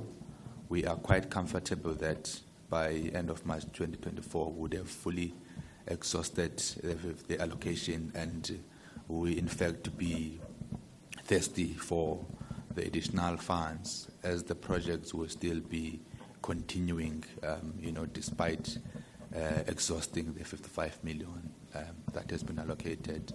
The commitment from the 6 million, from the 6 projects, is in excess of 200 million, which means that as a city we would need to look into how do we co-fund the projects to the completion upon exhausting the allocated 55 million. So those are some of the biggest challenges that we encountered as we are rolling out, the projects on our end. Thank you, Chair. Thanks. Let me also acknowledge councillors present here. You are welcome. It's good to always have you joining such meetings because it's not an exclusive meeting. Executive Mayor of the district, Executive Mayor Maluka, if there's anything out of the consolidated report that has been said that you might want to bring to our attention that you think it's important, because once we get to the question and answer, it's not only City of Joburg and Honorable MEC, we are all going to be allowed if there are questions so that you can answer questions. But now I'm checking whether there's something that you want to bring to our attention. Executive Mayor. No, thank you so much, Co-Chair. I think the MEC has presented the report fairly well. But just to mention one, Chair, that the assigned function to local government is a challenge. It's assigned with no financial resources. We are performing the function relying on what the province is doing, particularly at district level. The support that we should give to the local municipality, we are doing that through province PDMC centers. So if Parliament can look at those issues, how this function can be supported. And based on the financial situation of the district, in fact, it's a serious going concern of a district municipality, particularly in Gauteng, because the functions that the district must perform are being performed at the local municipalities. So these are engagements that we are engaging with the MEC to look at the future, how best can the district can be relevant in the local municipalities. But in terms of coordinating those functions, we'll coordinate that. When it comes to resources, then we'll then rely on province. Yeah, I wanted just to mention that so that it can be uplifted in the discussion. Thank you. Thank you, Executive Mayor Maluka. Executive Mayor Mfuleni, Pungan Hatebe. Thank you very much, Slaulo. Greetings again to yourself. Co-chairs, in the morning I was given a chance to introduce myself and the team that I'm with, and I only introduced myself. And then after that, then I realized that they are also here. So we have the municipal manager of Mfuleni, the acting CFO, and the team that is here, all of them. And I wanted just to introduce that. Chair, the other thing that I want to say it is one must appreciate the efforts and the support that were provided to us as Mfuleni, in particular by the provincial government and CDB, because that's where the co-function of the disaster management is happening at. at that level. So we at the Mfulen, we don't even have that unit of disaster management. So we are relying on them for the support. But the Chair, Honorable Mashiko raised something that it triggered my mind to say that one of the things that we're not doing, it is a time we allow people to build no matter where they want to build. And that's why you'll find there are people that are building next to the river banks and to the streams in our areas. And when that happens, that's where you'll find that the problem, when there is a disaster in terms of rain or any other thing, they become the first victims. And we'll attend to that, but we still leave it that way, and we don't correct the situation. And the reason I'm raising this, Chair, there's an area which was also presented, which is called an area of Buitumelo. It's a waterlogged area, and there are a lot of disasters that are happening in there. But the community of Buitumelo was once relocated around 2016. But unfortunately, what didn't happen after relocating them, we didn't demolish those houses. And as a result, they will go back to them. And whenever there are rains, there are any other thing, they will cry and say that, no, but we are not assisted, including those who are staying within the streams, within our townships. And as Mfuleni, then what we then started to do, it was to review the spatial development framework.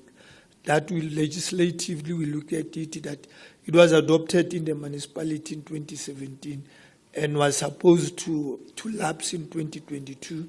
And then after that, there was nothing that happened, because you'll know that when there are administrations that are interchanging, there are certain things that get lost along the way. So we started the process to review the spatial development framework, which we will then adopt it next year by June, and which will be a 10 years program. And then it will be running up until 2035. So we believe that if we can be in a position to correct this, we'll be looking at things of land management or use of the land, the way the property development is happening. They will be then in the position to assist us as we move forward, that we do take these things into cognizance and then we don't allow such things to happen again. So, Chair, we are thrilled, we are very happy about the support that we are still receiving, that we'll still continue to receive. And we are also waiting to receive this ad hoc committee tomorrow, Chair. Thank you. Thank you, Pungane. I thought you were going to say, I forgot that I'm not alone, because it's you who said, no, I'm alone. No, let's get to the comments, the questions. We'll start with Honorable Mashiko. No, Chair of Chairs,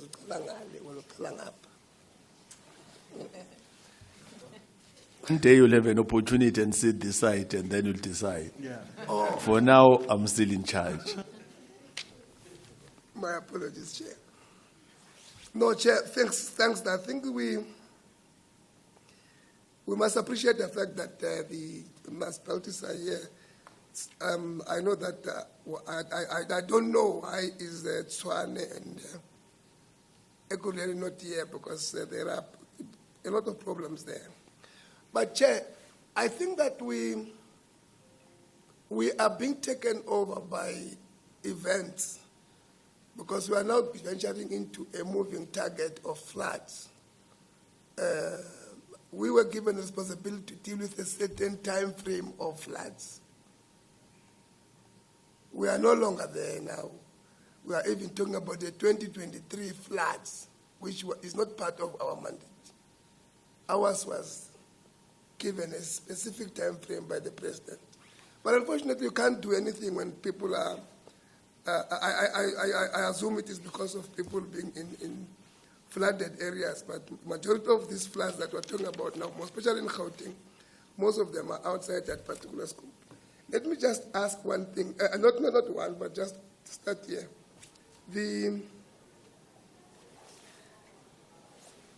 I'm sure just the same as Buitumelo and Jack's K, Honorable Mayor, which MEC spoke of.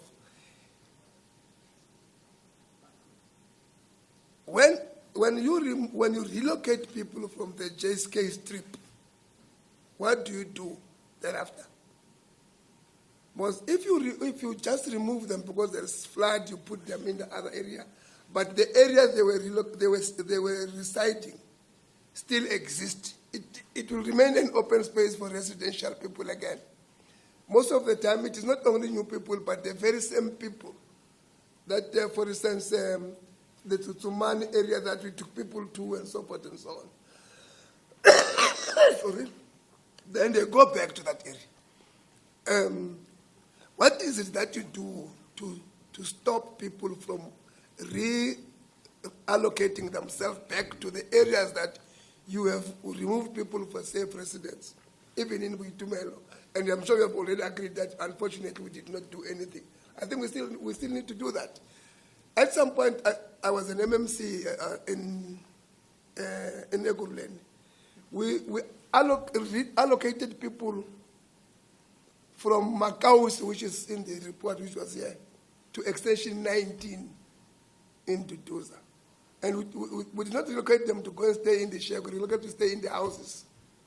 But those people, all of them are back in Makaus. They have left the houses there, they have gone back to the shack, and now there is floods, they are flooded. It is because there is no such that plan that want to sustain us putting people into the safe areas, and we are not doing anything there.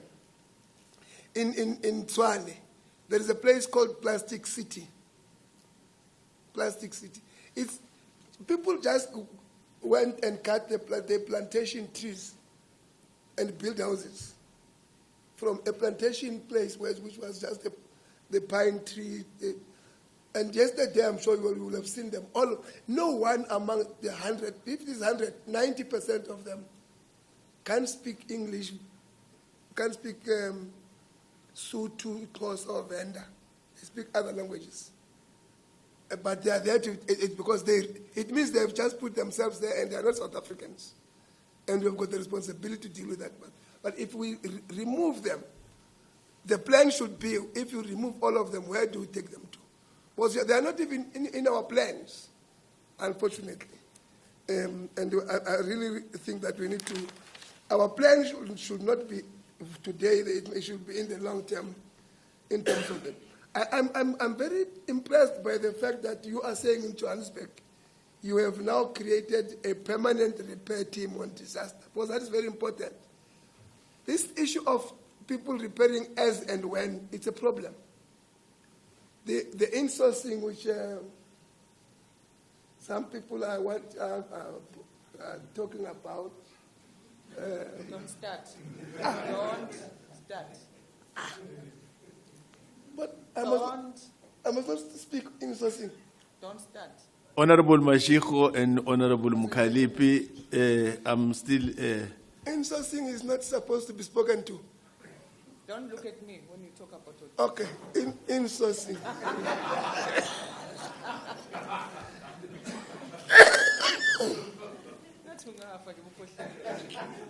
This insourcing thing, it becomes a fact because we do not want to employ people to do the work we are supposed to do on a daily basis. We will refer to go and look for contractors outside ourselves. In case in our department, water and sanitation, yesterday they killed one manager. Last month they killed another one in KZN. So on the basis of this man trying to stop these outside contractors who go and break the infrastructure in order for them to get jobs. If you question them, they kill. But it is because we are making it possible for them to start. Even these water tanker people, if you don't give them business, they break the water system. You give them business. If you don't give them business, people will have no water. So we did, and I'm sure Jobek, it is a very good thing that I think we need to talk to about in your department, that let's in-source people When we spoke about, in the olden days, umasipala, umgwaqo, tutumlota, that was municipal work. Today, municipal people are no longer wanting to pick up litter. You have got outsourced job. They don't want to repair roads. You have got outside job.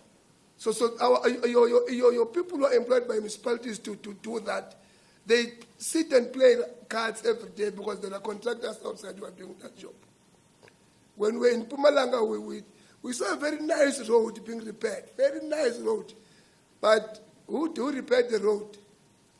It's somebody else. It's not necessarily the government employees.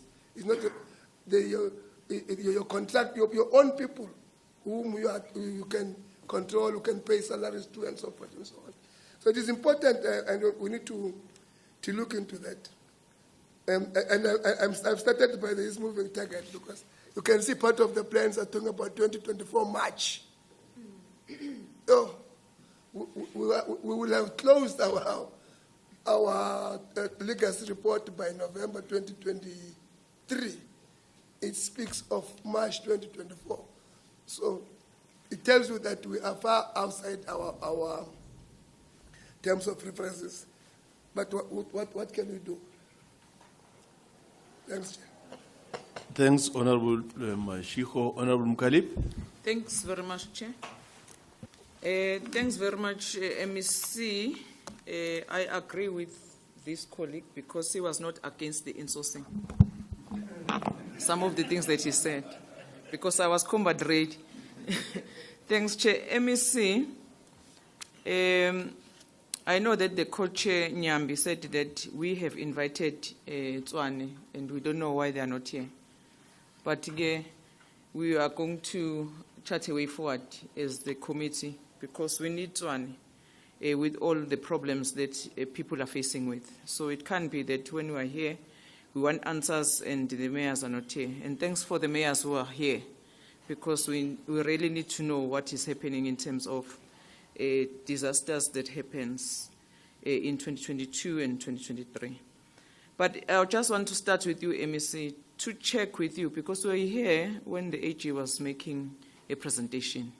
And one of the things that she recommended, of course, we always also zoom in to the fact that if there's a lack of coordination between a province, national, and municipality, we are going to have this kind of meetings wire because there's a lack of coordination.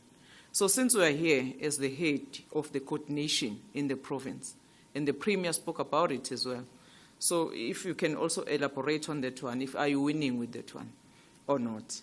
Because one of the things that you are seeing here, when the Tswane mayor is not here and Ekurhuleni is not here, so we really have some worries in that fact.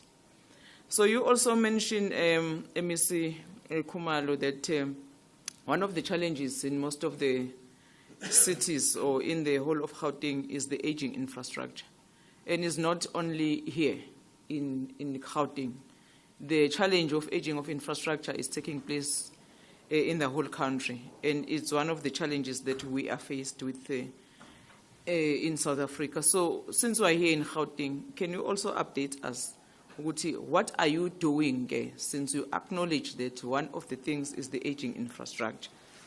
Because as Honorable Mashiko is saying that some of the issues, we must not wait until the disaster happens. For instance, in Makawos, in 21 Ekurhuleni, is a disaster in itself.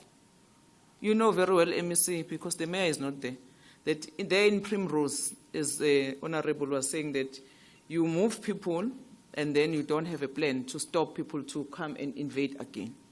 But it also talks to the lack of planning in the municipality side, as well in the government as a nutshell.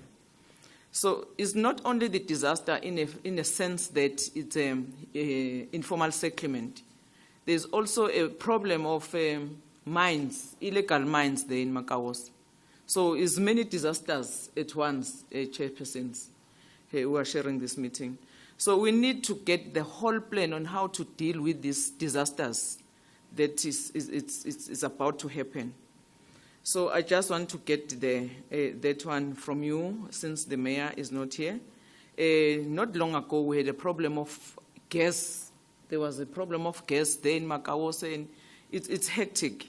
So it talks about the lack of development in all municipalities in Gauteng. There is one. So, City of Johannesburg, thanks for presentations, Mayor and the colleagues that spoke after you. But there is a report that we need to be clarified on, Mayor, because we are talking about disaster. To say that since the city only received 55.2 million out of 356.1 million, because 42 million of the requested funds relates to projects covered by the insurance. So can you also update us in that regard, Tuguti, on the release of the insurance fund and the access to the MEH grant? Because in the presentation I noticed that you are not also tapping to that one. On Mfuleni, with all your problems, Baba, that we have, I also sit on the portfolio of COCTA, so I have this advantage as well. So I just want to get a clarity, Guti. Since we are discussing this thing of floods started in December 2022, and it seems as if after February disaster or floods, it's indicated that you, as Mfuleni, you also submitted your application on the 1st of September, 6 months later. And MSC want to know how do you account for this? People have been affected, looking for the government intervention, but boom, Mfuleni, 6 months later, just put the application. Why there's no sense of urgency? Why are we not sensitive to the issues that are affecting especially poor people? If you can get that clarity. And also, I think there's an issue that the money that you need to spend to also to intervene in terms of those ones who are affected, you are also saying that you are going to use your own money, your own resources as Mfuleni. Can you please also elaborate on that one? Because we know that you are struggling as Mfuleni. Why are you saying that you are going to be able to use your own money? If you can get that clarity. Let me just pause the chairs. Thank you. Thank you, Honorable Mkhaliphi. Honorable Zungula. Nkosi Chair. Chair, I think we need to, put it on record and register our disappointment that Itswane continuously disrespects and disregards this committee. I think we can't shy away from this issue that it's not the first time that is happening. However, Chair, let me move on to ask the MEC. The AG stated that there's a problem of the capabilities, the skills, and the discipline. She kept emphasizing those three words. Are you sharing the same sentiments that in the municipalities there are those shortcomings? And if the answer is yes, what is being done to address the issue of capacity and discipline? Then on the 4% that has been utilized, is there no concern perhaps that when the municipalities are trying to catch up and utilize those funds, maybe they may commit some irregularities because they are trying to catch up speedily? And then the last question, you had stated that it is not possible to relocate huge communities. However, the reality is that these communities continue to build homes in floodplains and other unsafe areas. So what are the plans to prevent communities from actually doing this, especially given the prevalence of such communities eventually being affected by floods? And then the last issue, you kept emphasizing on the issue of the lack of law enforcement as one of the core reasons why we always find ourselves having, or the state having to deal with disasters, because it's dealing with people that should not have been there in the first place. So what are the tangible actions that are being taken to address this problem of law enforcement? Because we can't have a state whereby there are laws that are made, Parliament is allocated a budget, they formulate laws, the municipalities, they formulate bylaws, but you find that there's no enforcement of those bylaws, meaning it's wasteful expenditure on the side of all of these entities that are basically formulating laws if there's no enforcement, particularly when we have experienced that the lack of enforcement of these laws have led to such disasters being worse than ordinarily they would have been, and there's a subsequent loss of life.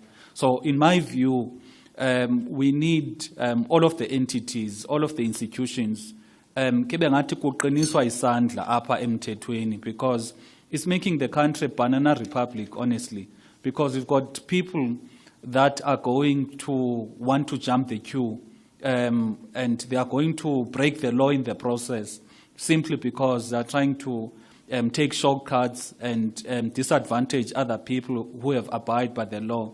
We are going to equally have people that are going to come from other countries and become a burden to South Africa, the very same South Africa that is struggling to make ends meet for its own citizens. But you find that there is no vigorous enforcement of the law to prevent all of these things that are happening. So that is my view on the question of law enforcement. Ukuba, it is the most paramount element that we need to deal with, because in the absence of law enforcement, then all of these, we are going to be sitting almost every year dealing with disaster. There was a fire disaster in Joburg, predominantly because there are laws that deal with the use and the occupation of buildings. But because there's a lack of law enforcement, lives were lost. And as we sit here now, like Honorable Mashego has been saying, because of the weather today, there's a chance that there are also other communities that will be affected by this small rain, yanamhlanje, not because of the weather, because they have broken the law. So for me, that is what we need to address critically. It is a question of law enforcement. Thank you. Thank you, Honorable Zungul.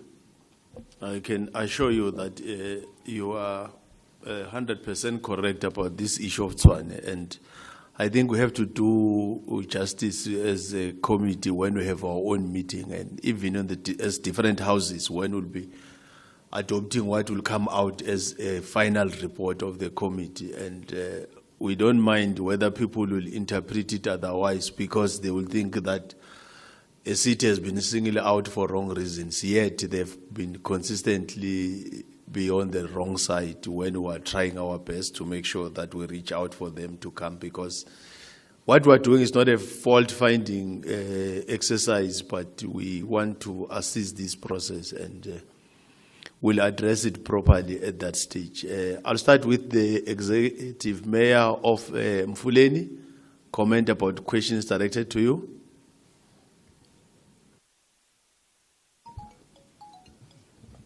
Thank you very much, Chair. Chair, on the first question of why when we relocate people, and on an example that was made about Bitumel, and as I indicated that one of the mistakes that we did, it is we took people out of their places where they were staying, take them to new areas where they will be, but we never demolished those houses, which is one of the things that we need to follow now, so that we don't allow that space for them to go back and then stay within, because after some time they will come and complain. And as I also indicated that we, on the adoption of the spatial development framework, this is one document that is going to assist us as a municipality, because we'll be in the issue to correct many wrong things, especially on land use management, because this is where we've not been doing great as a municipality. So we'll be then in a position to look at those who are staying next to the streams, next to the rivers, and what we needed to move them. And once we move them, we needed to also make it a point that they are not going back. But also including those who are staying in shacks, and when they get to be allocated in new houses. You know, many a times we leave them with those shacks, but when you go back to those places where there used to be shacks, you'll find that they are still full. And who's now staying in there? fortunately, it will be those people without documentation here for South Africa, and we cannot be in a position to assist them anywhere. So we need to strengthen up on issues of law enforcement. And we also, as a municipality, wrote to the Premier and also to MEC Faith Masbugo to assist us on the number of young people that were recruited, to say, here in Mfuleni, we are struggling with the bylaws officials, but the Premier, can't you then assist us that we have some of these young people to come and enforce on some of the laws that we want to build around Mfuleni? So we are believing that if such things will happen, then definitely they will assist us. The issue of what we've not been doing, since from November, Chairs, since from November up until late September this year, we've been facing a number of attachments that have been happening on the account of the municipality by both ESCOM and Rainwater. So we've been having a very difficulty, hence some of the things we couldn't do them, even those that we wanted to take them as low-hanging fruits, but we couldn't make them because of these continuous attachments, which in the presentation that the MEC spoke about, that we then started to engage on different processes. National Treasury through ESCOM, whereby we have to apply for Circular 124 of the debt write-off program, which we have been accepted as a municipality. Secondly, on Rainwater side, we formulated what we call a special purpose vehicle, whereby we are having an entity that we say, as a municipality and Rainwater, we can jointly operate and run that. Because if we are in a position to do that, it will assist us on mitigating a lot of challenges that we've been seeing. So we want to move towards an upward trajectory. Where we are still trying to get ourselves into good space. On the issue of the matter of that Honorable Mkhalip was asking about, why did we apply late? Because as far as the report is indicating, is that our application came late around September, which I will also like to also emphasize that we couldn't have an account on our own, and there are a lot of things that we were not been in a position to do. As some of the mitigation, as we move forward, we invited MISA through Section 6B to come and assist the municipality, because at time we'll have projects that we cannot even finish, because as we are supposed to be continuing with the project, find the account has been attached. So we are not paying service providers. We are unable to do 1, 2, and 3. So those have been some of the things that have been happening. I'm not sure if the municipal manager or the CFO might want to add any of the things from what I just responded to. Thank you, Chair. Yeah, we can allow them. Good morning, Chair. All protocol observed. Thank you for the opportunity. Indeed, just to... Sorry, formally introduce yourself, Okay. because he said CEO or MM. My apology, Chair. My name is April Nduli, the Municipal Manager of Mfuleni Local Municipality. Thank you, Chair, for the opportunity just to write on what the Executive Mayor has alluded, and also in response to Honorable Mkhalipi to say why we've delayed. I mean, Executive Mayor indicated some of the issues that you'll remember when you came to the municipality to find out actually what Owen is not responding. It was the issue of the capacity that we have. You will recall that some of the assessment that had to be done at the time, for example, the bridges, where as a municipality we don't have that kind of expertise. Then thereafter, where we requested the intervention of the province, we met with MISA, and then the assessment, was being done, because it's not a one-day assessment that need to be done. So it took some time, for us as a municipality, together with the province and MISA, but eventually that was done. Hence, you see the cost, that is there. And was another question, that is, has been asked to say, we are saying we're going to fund the project, internally. I think the presentation by the MEC is very clear. When you say internally, it means that the province, because he indicated that there are some of the projects that they are going to do for the municipality where the roads are damaged, where the province is going to assist us with the 40 roads that we know that are damaged, and other areas where we need assistance. Yes, internally we don't have, because in the main we utilize conditional grant, but as well with the conditional grant, if your account time to time is attached, it becomes very difficult for you to perform. So hence it caused a delay on the service delivery. Thank you, Chair. CFO. Let me take that hand. Thank you, Chair. My name is Petal Thring. I'm from the city of Tshwane. I just wanted to advise you that there are officials from the city here, if there are questions you'd like us to respond to. Thanks. Thanks for assisting us to know that we do have officials. But we are not going to entertain officials without political principles. It was possible for Premier or Kumalo to send, you see, the HOD of Gauteng is here. The executive mayor of Joburg is here. Is the one that introduced the officials. We only allow officials when they are political principles. And it's to save you, because sometimes it will be hard and unfair to you as politicians, whilst we can have our own colleagues as politicians that can take some other questions. So for that reason, and we've been consistent since we started as an ad hoc committee. Even in Mpumalanga last week, the district was represented by a stand-in for MM, and we were very clear. But the MEC were there, where they were mayors. We deal with politicians introducing officials. Thanks for bringing to our attention, and we'll record that officials were here. Politicians are still missing in action. Let me also allow my co-chair to add something in this issue. No, you're absolutely correct, Honorable Chairperson, because in terms of the inputs that were made by the MEC referring to Tshwane, there are certain things that I especially wanted to ask the political leadership myself to respond to. We cannot expect the officials to respond to that. I also want to put it on record, and we'll report it like that. The levels of, non-cooperation with the committee, and which boils down to MEC to disrespect for the committee from the political leadership of Tshwane, is unacceptable.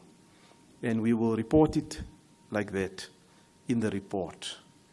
Did not receive any cooperation, and it's tantamount to undermining the resolution that Parliament took to conduct this very important work. So they are glaring in the absence. The last time we were in the council chambers in Tshwane, and even there, they didn't show their face. There was one or two MMCs who were completely unrelated to the work that we were undertaking. So we just want to record that. I'm really not impressed with it. Thanks. And this is not a surprise visit. The letters were written in way, way back, and we expect even the conduct to be like that. Executive Mayor, Sedibeng District Municipality, anything directed to you? Thanks, Executive Mayor. Executive Mayor of our city of Joburg, Kwamanda. No, thank you very much, co-chairs. And I'd like to focus on one critical issue that has been consistent with the Honorable Mashiko, the Honorable Mkhalipi, and the Honorable Zeula. And that is law enforcement. I think I will agree with the fact that the manner in which the in particular Metro Police in Johannesburg have had a disconnect has been problematic for the most part.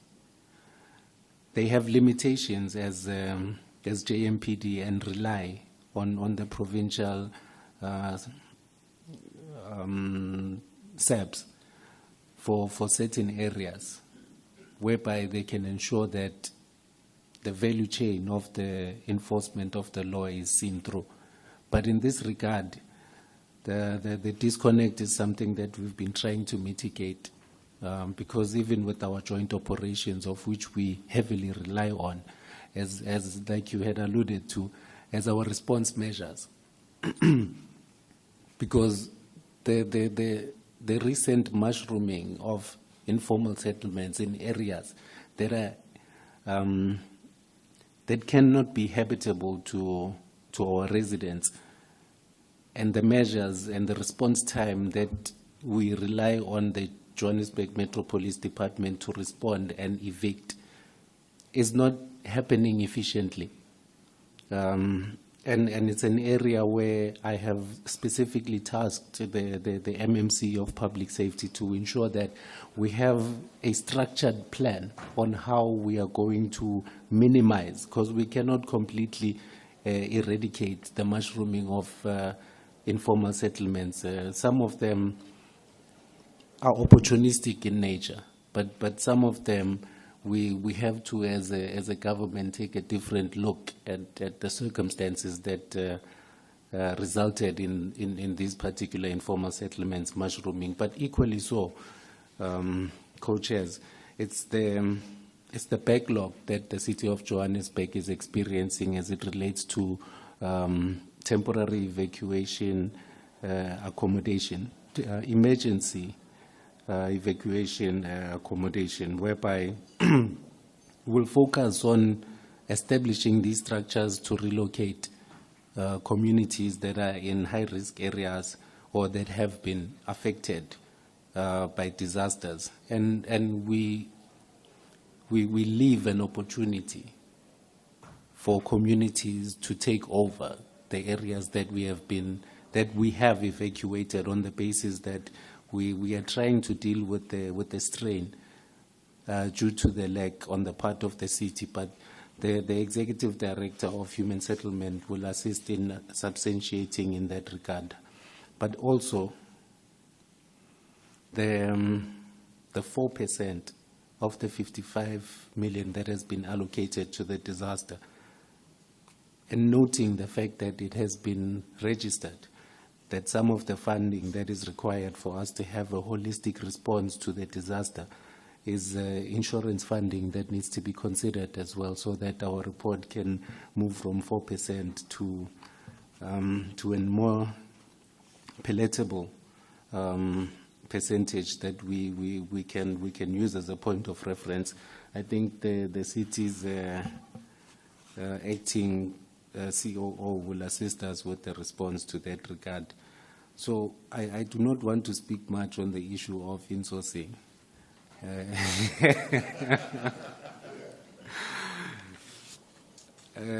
Co-chairs and MEC and members of parliament, if there's one executive mayor who has sleepless nights as an implication of such, it's Councillor Kabelo Kwamanda, but I will not go into that. I start with addressing crowds of protesters in the morning before I get into council. And then during lunch, I don't eat. I have to go and address a different group of protesters in relation to the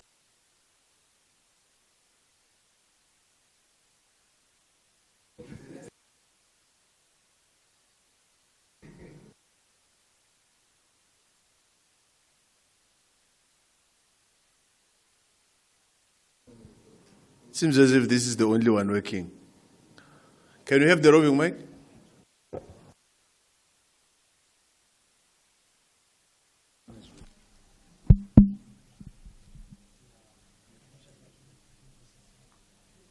Hey, it means this thing of insourcing is serious.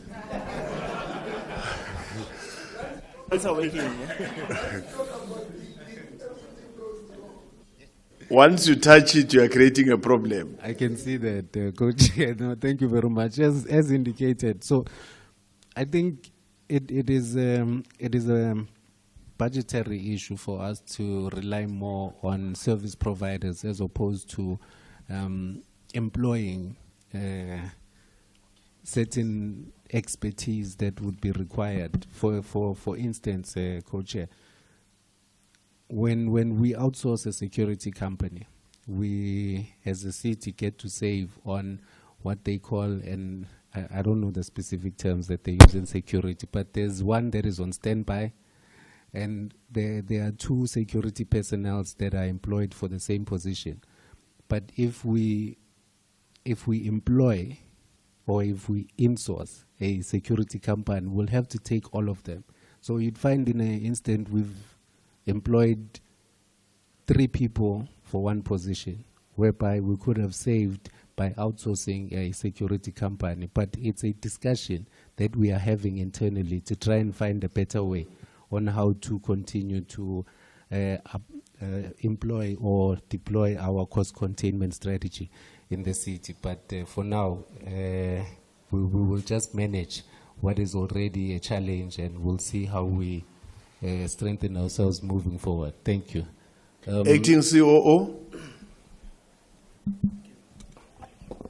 Good afternoon, chairs, and good afternoon to the honourable members. Chair, the matter with regards to the insurance fund, or rather the release of the insurance, is a matter pertaining to City Power.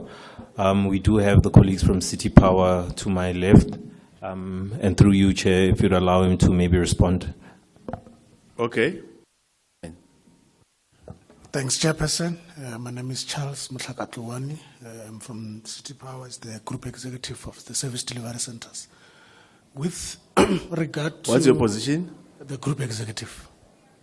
Yes, thanks, sir.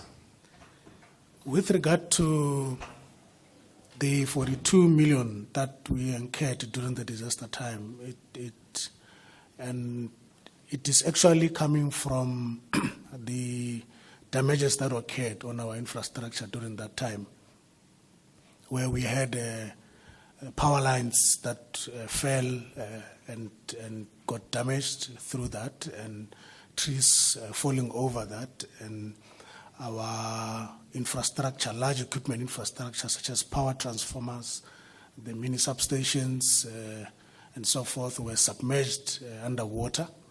And we had a lot of blown-ups on many of the equipment across the greater Johannesburg, or operation of the city of Johannesburg under City Power. So, which Roodepoort was, or should I say the west part of Johannesburg, was greatly affected, coming into closer into the inner city as well. So, our infrastructure is normally insured on year-to-year basis, and then when ISMA arrived at that time, because when this happens, you find that we have to react and resolve and restore power as quick as possible to the communities. And at the time when they arrived on site, unfortunately, we had already passed, but we used money that was not meant for the disaster. We used the emergency money that we had, which we called the repairs and maintenance budget that we have, the OPEX budget, to respond to that. And we were hoping that it could be able to assist during that time, because we could not leave customers or the shareholders as customers being off for a long duration of time. So we had to respond, and when we responded and when they came, unfortunately, to the sites that they visited, some of the sites we had already relocated the mini-subs or our plant to a better area, high-level areas, as you could see that water was rising where they were before. And we had pulled those power lines that were on the ground. So as a result, they could not tell us that they will be able to assist us, but they asked us that we should claim that via insurance, which the insurance, even if they paid, but they couldn't pay the whole total amount of the 42 million. Thanks, Chair. Executive Director, Human Settlement. There's that part that was referred to you. Thank you, Chair. I prefer standing, but Chair, I just need to indicate Honorable Mashigo is out. It's in. It's in. Honorable Mashigo, they are responding. Chair, I have alluded to the issue of relocations or people being reinvading the same space. And I indicated that the city has now taken a decision to go to court with a view of securing that area where we are going to relocate people to or evacuate people from, to make sure that the area is secured and no one can build, so that bylaw enforcement can be followed in its totality, and JMPD is assisting in the space to make sure that people don't rebuild or add structures in the space. We have enforced them until such time that our planners can assist in terms of area and marking and also depicting the aerial photograph of where the court should be taken into confidence to make sure that it's declared a non-residential area for future purposes. And it's one of the areas that we have started to look at. And there are other areas as well where we know that areas are flooded or there are waterlogged stands or undevelopable spaces. Like it has been indicated to say that we need to avoid Banana Republic and we need to make sure that we follow the law to the T. That's the process that the city is undertaking. Thank you very much. Thank you very much. I'll allow the co-chair to have a clarity-seeking question before we can get to the MEC. Co-chair? No, thank you, Honorable Nyambi. Just a question, maybe the MEC or the mayor from Fuleni can respond to it. The amount of money that is requested for damages that has been caused to human settlements is almost 300 million rand. Is that correct? If it's correct, can you explain to us? It's quite a sizable amount of money. What it entails? Is it for building new residential suburbs or areas? And tomorrow in the program, the draft program, honorable members, I see that we're only going to visit roads. I would like to see these houses that have been so badly affected that you need almost 300 million rand to replace them or do corrections. Can you just clarify that for me? Secondly, the MEC, and I'm looking now through the presentation that you made, somewhere you make mention that basically Fuleni missed the boat, according to Treasury, for making a submission. So what is the status quo in terms of any funding that is expected to go to that area? Thank you, Chairperson. Thank you, Co-Chair Frolik. MEC, Honorable MEC Kumalo. No, it's your turn now, not unless this, let me allow first the Executive Mayor. No, thank you very much, Slalo. Slalo will request Obabu Makubo to also explain further on that. But a clarity, Chair, is that the amount that we requested is around 472,000. It's not 300 million, yes. But Tate Makubo will further explain. Tate Makubo. Okay. Okay, Balasinti. Mike, have a mic.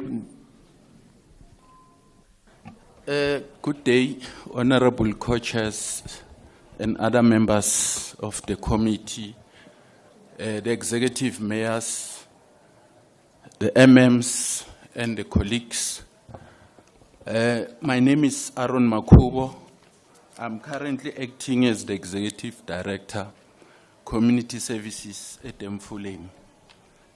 When we compiled the damage cost estimate, I was assisted by the executive director that is responsible for human settlement and the executive director responsible for projects in the municipality.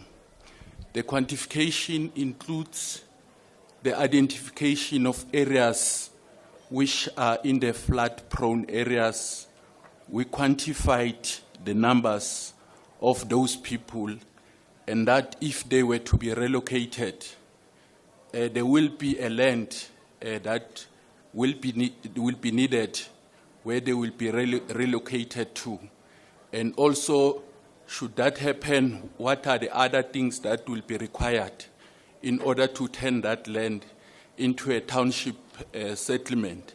So all the quantifications that were done were based on that, including the studies that will need to be conducted on that particular land, should those people be relocated to.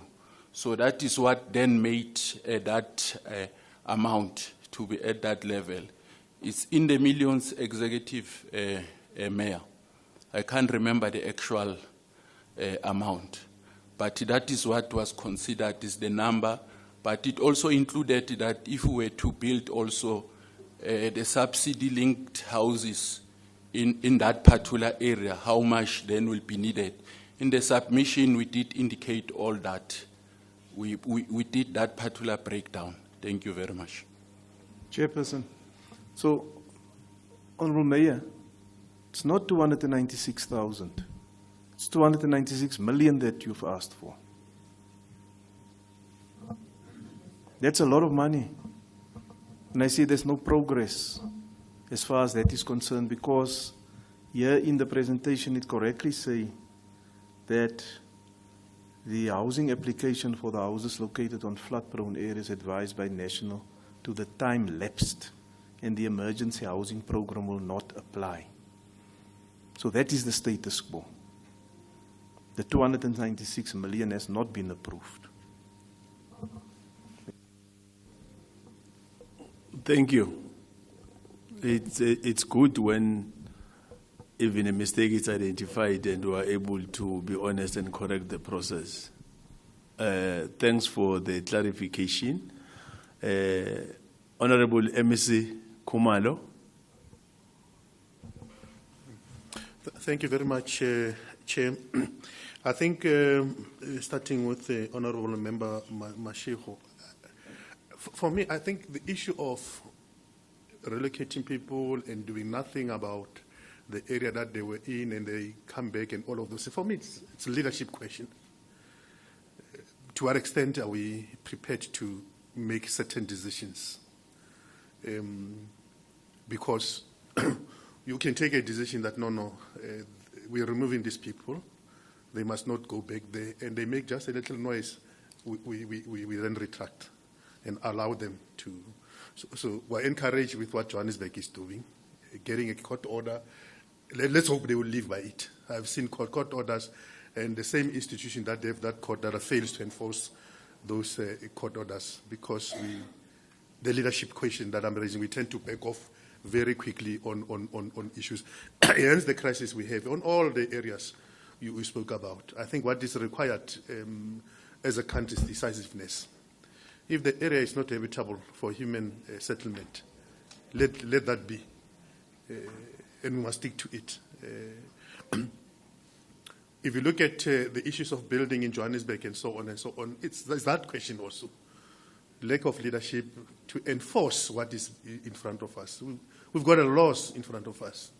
I was saying to some of the officials, look, we don't even have to wait for Johannesburg to implement these bylaws. If you take the Fire Brigade Act, which enables the province to do certain things, the province can simply intervene there. Because the Fire Brigade Act will tell you that this kind of a building, nobody can stay in it. And then if we have to enforce it, we don't even need Johannesburg to conquer. We just say, this is a piece of, let's go there. But the problem is we're not doing that. That's the problem. And then we're managing each other as the different spheres of institution. I think for me, it's a leadership question that requires a different thinking if we are to get it right. It goes also to the issue you are raising around insourcing, outsourcing. I think that debate must be put in a proper context, because to simply narrow it to security, because that's what we do. Every time we engage on it, then we narrow it to security, will not necessarily help us to move forward. When I was still young, my father used to work in something called TPA. All right? They were wearing yellow overalls. All right? Not red. I didn't want to go there. I'm happy you did that. So I used to visit him at work. They had a workshop which was almost like a garage. So these cars from municipality, tractors and so on, when they get broken, there's a mechanic there who fix them, and they will go and maintain graveyards, the sides of the roads, grass cutting, and it's done internally. What happened? If you do a bit of an assessment with, for instance, in Mfuleni, you will see there are lots of functions that could have been performed by municipality that have been outsourced. And really, there's no reason to do that in reality. But because the municipality has no capacity, because that capacity was eroded over a period of time, you then have to rely on outsourcing. And so the point I'm making is that we've got to go back as a country and have a proper engagement on issues of what is a municipality and what are the functions of a municipality as such.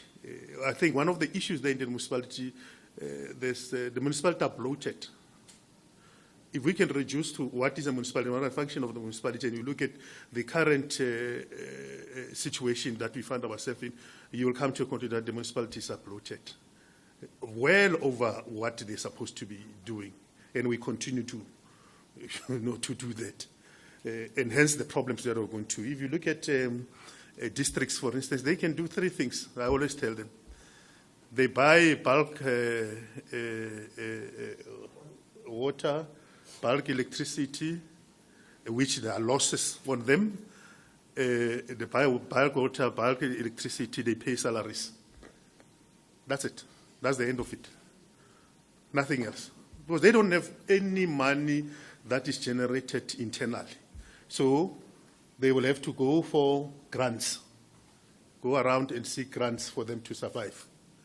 That's the reality of districts and the municipalities there in the district there. Because some of the things the challenges that are there, so we think it's corruption, lack of leadership, these people don't know what they are doing. So no, it's institutional. They are robbing Paul to pay Peter every day in their life. That's what they are doing there. But we are failing to zoom there and say, what is the reality? Which I think the committee, it's one of the things that you've got to take into account. The reality that these municipalities are facing insofar as the issues of resources are concerned. Leave issues of corruption aside and just look at these institutions objectively. You will realize the issues that we're talking about. The unfortunate thing is it does appear that your metros are going there, which is a source of concern. Take Tshwane, for instance. Tshwane is just knocking at the door of Mfuleni. If you leave them for some time, there will be another Mfuleni. Ekurhuleni is slowly getting there. And Johannesburg is also following there. And it will be a bad day where all your municipalities in the province found themselves where we should be taking the district out of the situation. So that's another thing that we've got to look at it. So I'm saying, for me, the issue of leadership is very important. That should be at the center of our wanting to do. Because the law is there. It's there. But how many of us do go there and read? That Structures Act, that Systems Act. And how do the two pieces of legislation help us to deal with this other thing? Member Mkhatha, I agree on the Tshwane thing. I sometimes feel that it's politics, because we can't distinguish when we are political leaders saying certain things and when we're supposed to be what you call us public servants or honorable people, whatever the case is, when we're doing our work as councillors, as executive mayors, and all of those kind of things. Because we carry, that comes from, so we don't want these people, who must remove them. in 2024. So when you come to the state, you carry that. You don't want to run institutions because, so there's no cooperation.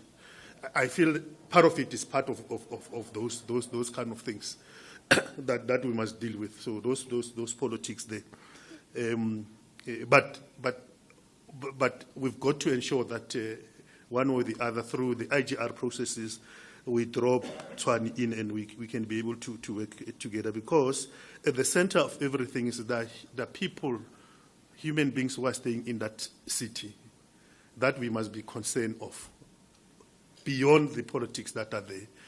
Those people that must get the proper service delivery on all of those kind of things.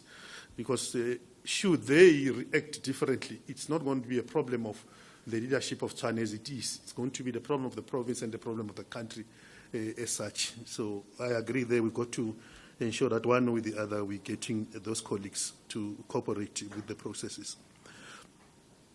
Yes, there's the current political landscape impacted immediately on the IGR. Immediately. Because it was difficult to coordinate municipalities.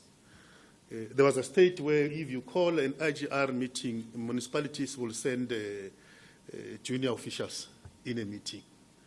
We cannot help you with anything. They can't make a decision. They are just there to get information and go and tell their principals. They were talking about you, these people, and whatever the issue is. So the IGR has been negatively impacted with the current coalition government. Slowly, there's a realization that without IGR, there's little we can do. And together as a province and as municipalities, particularly the political leadership, we are getting there. We are finding each other, we are rebuilding these particular structures and all of those kind of things. And we think that the situation will be different. And it's making it easy for us to start working. Some of the things require a bit of a patience in order for you to... I think what should be important, we've got to build resilient administration. And I always say that to administrators. Leave us to politics. Do your work as administrators. If we can be able to build such resilient administrations that do not enter the political terrain necessarily, I think it will go a long way. Because once a budget is being adopted by a municipality, it means an administrator must follow that budget and implement it to the latter. There's no reason that there's no mayor, therefore we can't work. There's nothing like that in the system itself. But because you then jump on the political bandwagon, then you'll have that reason. There's no mayor, and there's nothing like that, in a sense. Unless you want to review the budget, you want to change the policy or whatever the issue that you want to do, adjust, and all of those kind of, that's when you need really a political leadership. I think one of the things that we've got to do going forward is really to build resilient administration that are purely based on professionals and professionals who want to provide services to the cities or to the towns that they are running. In that sense, it doesn't really depend on who is the political party of the day. Because if you're a lawyer, you're a lawyer. Whether you're serving me as a mayor of the ANC or me as a mayor of the EFF, you're a lawyer. You tell me the law as it is. That's the nearest example I can think of as matter stands, as part of that building the resilient administration that we want to build going forward. There's some work that is happening around infrastructure in the province. Part of the issues that we immediately identified in the province is the sewer and stormwater, because if you go to many of our streets, particularly in the townships, it's a mess. It's really a mess, Chair. So we've got to change that face. And as I said, we are looking closely at the relationship that has been found between Mfuleni. There are good stories in Mfuleni that we can make reference to. It's not as bad as it appears to be. Together with rainwater, to sort out the issues of stormwater and the issues of sewer. And we say to them, should that work, which I want to believe I support it, and I said to the executive mayor, let's support this thing. I think it will work. Because there's a plan and there's everything in place. Because one of the things that it will do, which is the problems in municipalities, that municipalities are not able to ring fence the resources that they get from particular functions. What do I mean? If you receive money from providing electricity, you've got to reinvest that money and reinvest it back to the electricity infrastructure. The same thing you've got to do with water, sewer, and all of those kind of things. But given the state of affairs in the municipalities, they are not able to do that. But this intervention, in the long run, is going to, as a matter of course, ring-fence these functions and ensure that we reinvest back to those infrastructure. In other words, we maintain those particular infrastructure. Because I think one of the problems in the municipality is maintenance. If you go to a budget, you'll see they might say 11% maintenance, but in reality it's not there. That money in reality is not there. And that is the biggest problem. So we're doing that work. I know that through our engagement with the Department of Water, this program is going to be rolled out in a number of municipalities in the province as such. This thing of focusing on, so we want to do the same with the roads and other infrastructure that exist in the municipality. I agree on the Ekurhuleni issues that you've raised, Member Mkadipi, particularly with regard to yes, that's what you referred to, and the illegal mining, all those kind of activities. I think, as I said, if we can strengthen the IGR, which I said it's getting there, we will make a follow-up and check, because Ekurhuleni, I know they're not that difficult. It might be that there's something happened in the process of inviting them into this meeting. We'll just make follow-ups and check as to what is there's cooperation there with their own dynamics, but they've got a way of relating. So we'll just make follow-up and check as to exactly what happened there. As I said, we will continue to ensure that we engage with municipalities to strengthen the IGR processes, because we believe they will help us to overcome some of the problems that are there. One of the assessments that we've made is that we ask a question: are we ready as a province to really provide disaster, to intervene when there's disasters? And our answer is that no. In the strictness of the terms, if you go to the Disaster Management Act and everything else that we need to do, no. I was saying to the AG here that when that Johannesburg thing happens, we were found wanting at the beginning. I'm calling this one, that one is calling this one, until we get our story together. And thereafter we get leaders who just come and speak and speak and speak. There's no focus on the people there. There's nobody who say to people there, move out of that area, taxi guys, this is how you evacuate. There's nothing happening there. People are moving up and down as if it's normal. You can imagine if the building fell, what was going to happen. You can just imagine. So from that point of view, we're not ready. Hence, the intervention by Premier to say, you've got to ensure that you build a disaster management structure or strategy that is going to be resilient to the challenges that we're going to be faced up with. Because it is very clear, and the Executive Mayor said it, we're living in an era of disasters. So we can't behave as if these things, they will not happen in all of them. They will happen in Brazil or somewhere else. As part of that, we have reviewed our own capacity. We have come to a conclusion that we've got to build, as a starting point, a disaster management center, which would enable all of us to work together there. Because the current capacity we're having is not really accommodating that we want to. We've started to do that. I think a building has been identified and requirements have been put in place. The new chief director would have presented to us. We've agreed and all of those kind of things. We said, in doing that, we've got to work with everyone, with municipalities, because they must be there, and all other departments who must be part of this, so that we've got a proper center that we can all account to, that I can take you to when you visit and say, I want to go and check your disaster management center. Currently, if you say so, I'm going to dodge your invitation for a while until we're properly organized. Because you'll come then, you leave and say, but what was this fellow showing me? It's a big problem, the issue of disaster. And it's not only in the provinces, but the entire country. I mean, we had the BRICS disaster management conference in Durban. We made assessment and we came to that conclusion.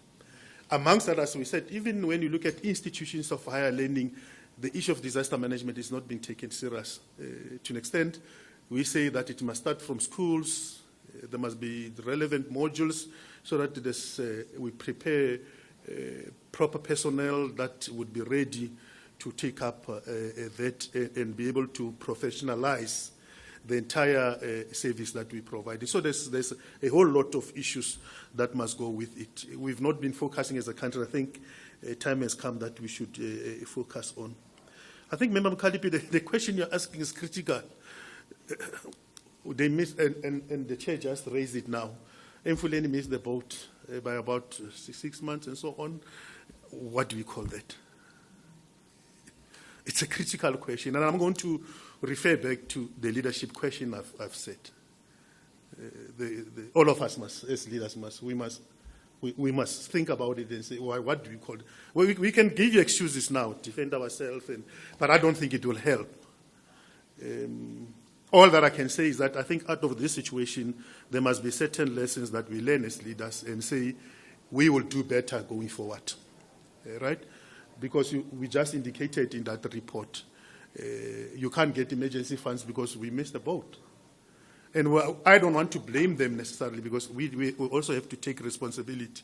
Where there is a province, what did we do? So the question goes on and on. And it's not about them failing alone, it's about there's people there who are affected. What are you doing, all of you? You can't wait there and say, no, it was them, and therefore, you know. So what are the lessons that we're learning out of this particular question without really belaboring the point? Honourable Member Zungulu, I agree with the AG. I even said, I'm so happy that you mentioned the issues of capabilities, skills, and so on more than 3 times, right? Because I think those are the areas that we must work, and it ties up with even the discussions that we had as part of the BRICS, the discussion that we had HOD as in the EXCO itself when we assessed, and we were objective to say, can we, so that we don't create the wrong impression in our mind that we will be able to do these things, and only to find that it will be difficult for us to do that. So we've got to build those capabilities and the relevant skills that will help us to ensure that we build what we call in the Premier's West the Disaster Management Center of the future, that will be able to help us to intervene as such. I think one point that I agree with, so one of the things we're trying to put in place is it's a unit that is going to help us to deal with illegal occupation of land, and also the part of occupation of land is people occupying places that are not habitable for human settlement and all of those kind of things. I know that the Department of Human Settlement is driving that part, which we think it will be one of the interventions that is going to help us as such. But over and above that, and I think the Executive Mayor, you also spoke to it, and I think Member Zungulu, for me, I'm not taking that as a statement, I'm taking that not as a question, but as a statement. There's a lack of law enforcement generally in the country. And that's why there's a sense of people doing as they wish. We have eroded the authority of state, or we're slowly eroding the authority of state. Sometimes in the name of human right, which is wrong, the manner in which we're doing it. By the time we wake up, there will not be a state. Nobody will be respecting anyone. people will be doing as they wish in the country. I think we should say we will correct the situation. And by doing these small little things, bylaws, ensuring that we enforce bylaws, we enforcing the enabling provisions of the acts that guide us to do certain work, and all of those kind of things, and bring back the culture of, I call it a law and order, because I'm trying to understand why we moved away from maybe it was based on our own experiences, but the fact of the matter is that the final outcome, there is not something that is good. You go to small municipalities, for instance. You know, when you pass there in the middle of the night, you'll think there's a load shedding. Only to find there's no load shedding. But people have, they stole everything else. Robots, nothing is working. No stop sign, and it's normal. Even you see people really removing this thing, nobody stops and say, what are you doing? It's so normal.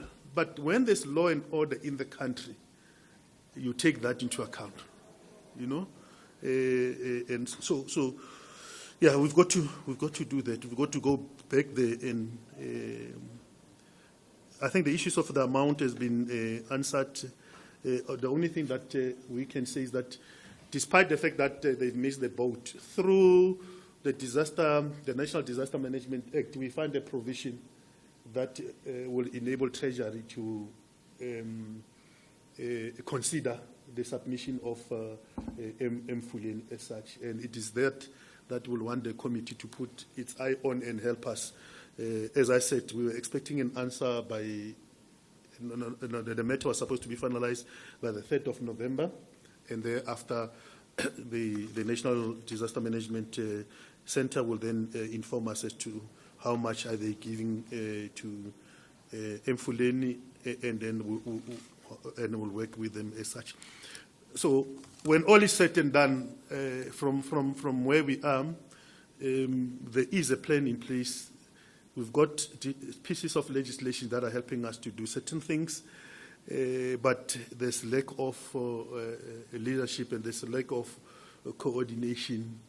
And for me, those are the areas that we continuously they will know the executive mayor. We called them in the first meeting and we said, let's take the IGR issue very seriously. I think even in the last meeting, we were impressed that even the Tshwane was there, and we were almost talking the same language, all of us, in terms of as leaders ensuring that because the IGR is a law that we've got to implement, that we should not be selective in implementing some of these laws. Let us try to ensure that we strengthen each other, we help each other, because it will be bad. And I know the first question I face as the MEC is that, are you going to dissolve Tshwane? And the first thing that even the leadership of Tshwane, when I want to speak to them, they look at me and say, you want to dissolve us. Therefore, they don't want to cooperate.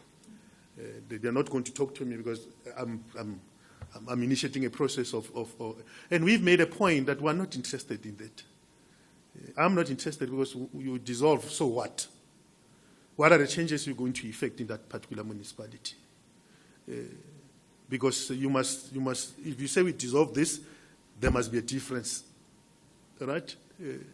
In some of the interventions I've read reports of, they did not help, right? Mfuleni is still in that, almost that state of affairs. But there was an intervention there and all of those kind of things. So our intervention must have a purpose and clear outcomes at the end of the day. But we will implement the law. I said to officials, if we are to 139 Tshwane, we'll 139 it, whether they like it or not. But we're going to be very patient to reach that particular stage, because we don't want to go to courts and courts are saying to you, but you know the law, why didn't you implement the law as it is? And all of those kind of things. But that will not prevent us from taking certain decisions with regard to, because if the culture persists, you will be left with no option. Because as I said, if things go bad there in Tshwane, it will not be about Tshwane, it will be about all of us, the province, national, failing the people of Tshwane in many respects.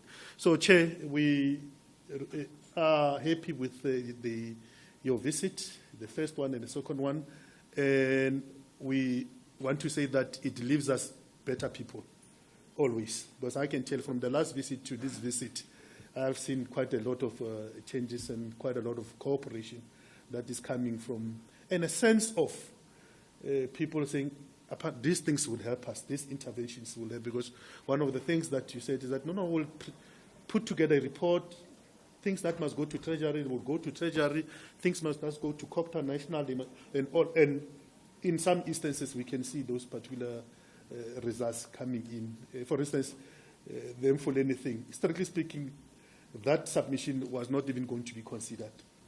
But I think because of these processes that are taking place, I'm confident we might not get the whole amount, but I'm confident that we'll get something out of it that will help us to intervene. Thank you very much. Thank you, MEC. Co-Chair? No, thank you, Honourable Chairperson. Just a brief point.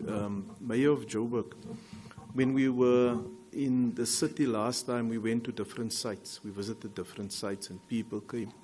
And there was work that was being done. I remember there was a road that was constructed and that was to be opened and all that. But we engaged with other communities as well around the challenges specifically that they face in the Lenasia, if you can remember. What is the level of community engagement with those people, especially in the areas where we were? Because our visit there created certain expectations. How are you responding in terms of community engagement? Executive Mayor.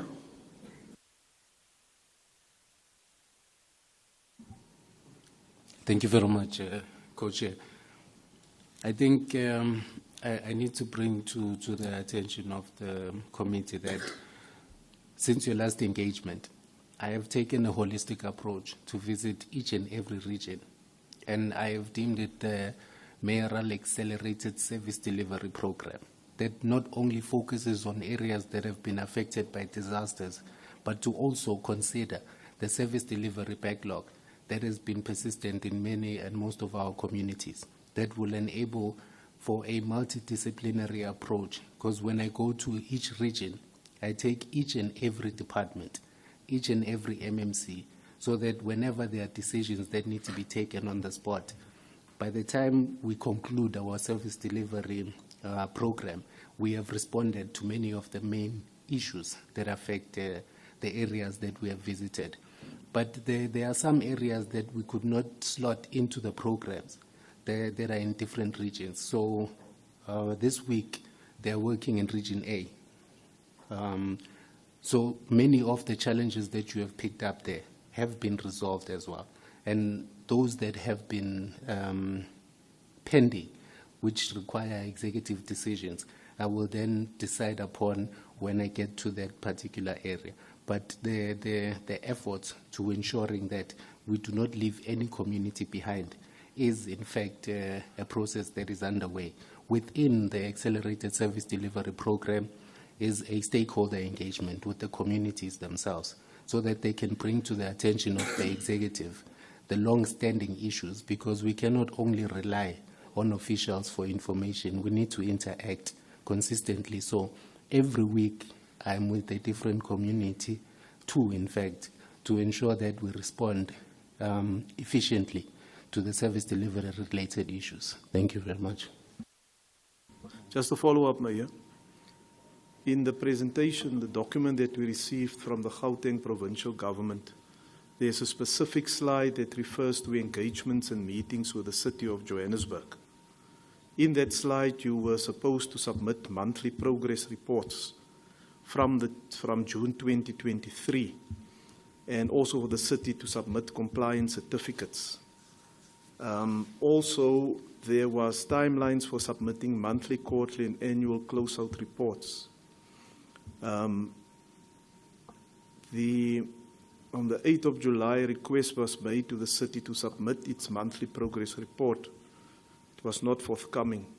On the 8th of August, there was a planned project visit that was cancelled as the city failed to submit a schedule for the visit for each project. On a follow-up meeting on the 13th of September, the city was not in attendance. How do you explain that?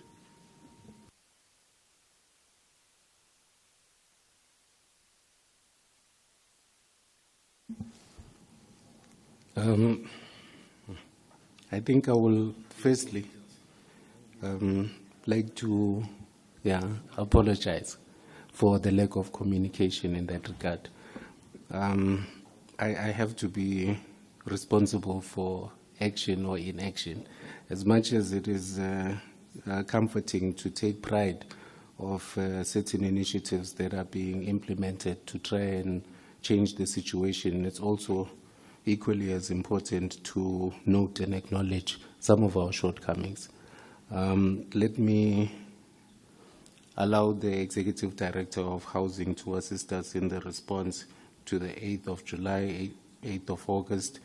Executive Mayor, let me assist you.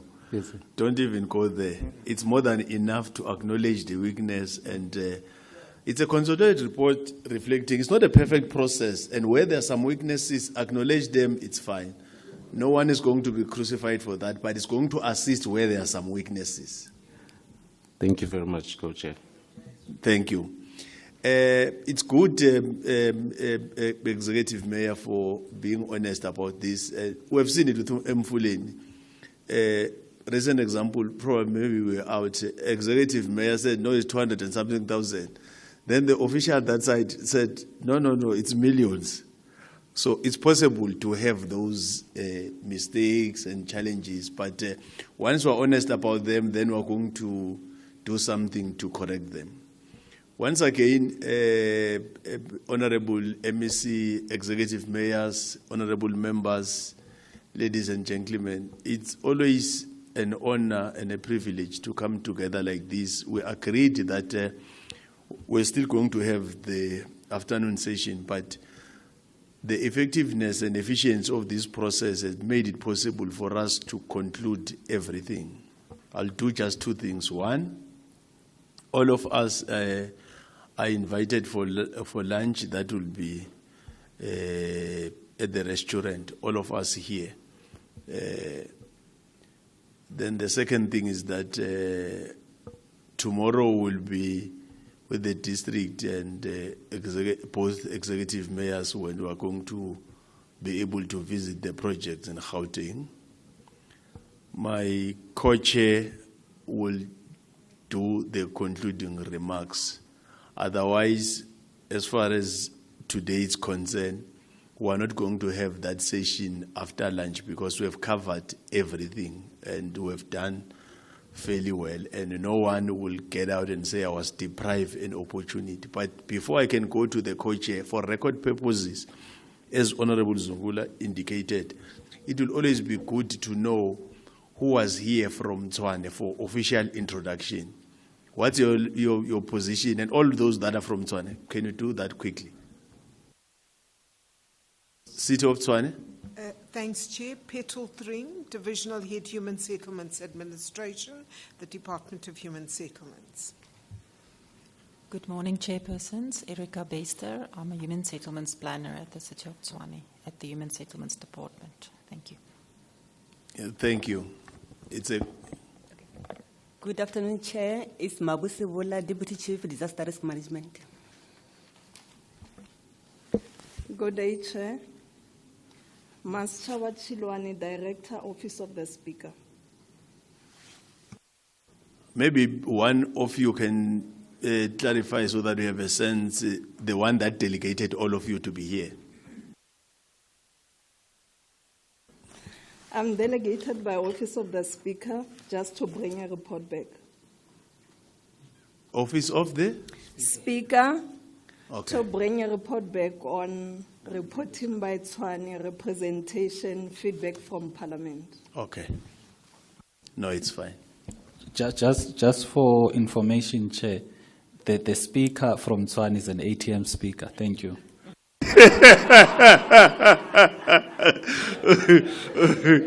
President, no, let me allow the co-chair to do the concluding remarks.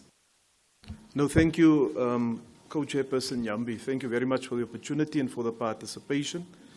And from this morning, especially the clear political leadership and intention of the Premier of the province when he was here, the Auditor General, we've acknowledged that, and then we have now the specific presentations dealing with the core issues that we're dealing with here. It's obvious that in certain areas there is progress. In other areas there's slow progress or no progress at all. What is absent is clear time frames, because you can only measure if you have time frames. And that is dependent on a number of processes. And you know, when these disasters strike, people expect an immediate response. And they are entitled to expect the government, whichever sphere of government it is.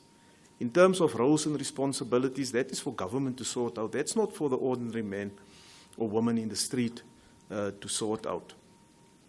We also want to encourage the initiative that has been set out by the province and the MEC for coordination and working together with one another. It must be complementary with one another, so we don't want to get a report that you miss meetings in terms of providing specific project updates and so forth.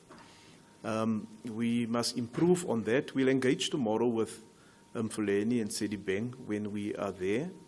And we must keep in mind for our people to remain having faith and trust in the democratic processes. It's important for government to be responsive, whichever political party is involved in that. We understand, and everybody's talking about what the strain of coalitions are and the impact that it has on service delivery. But that's for another day to be debated. Each political party that's part of a council, whether you're part of a coalition or in the opposition, you must work together with one another to ensure that our people get the relief and the services that are there.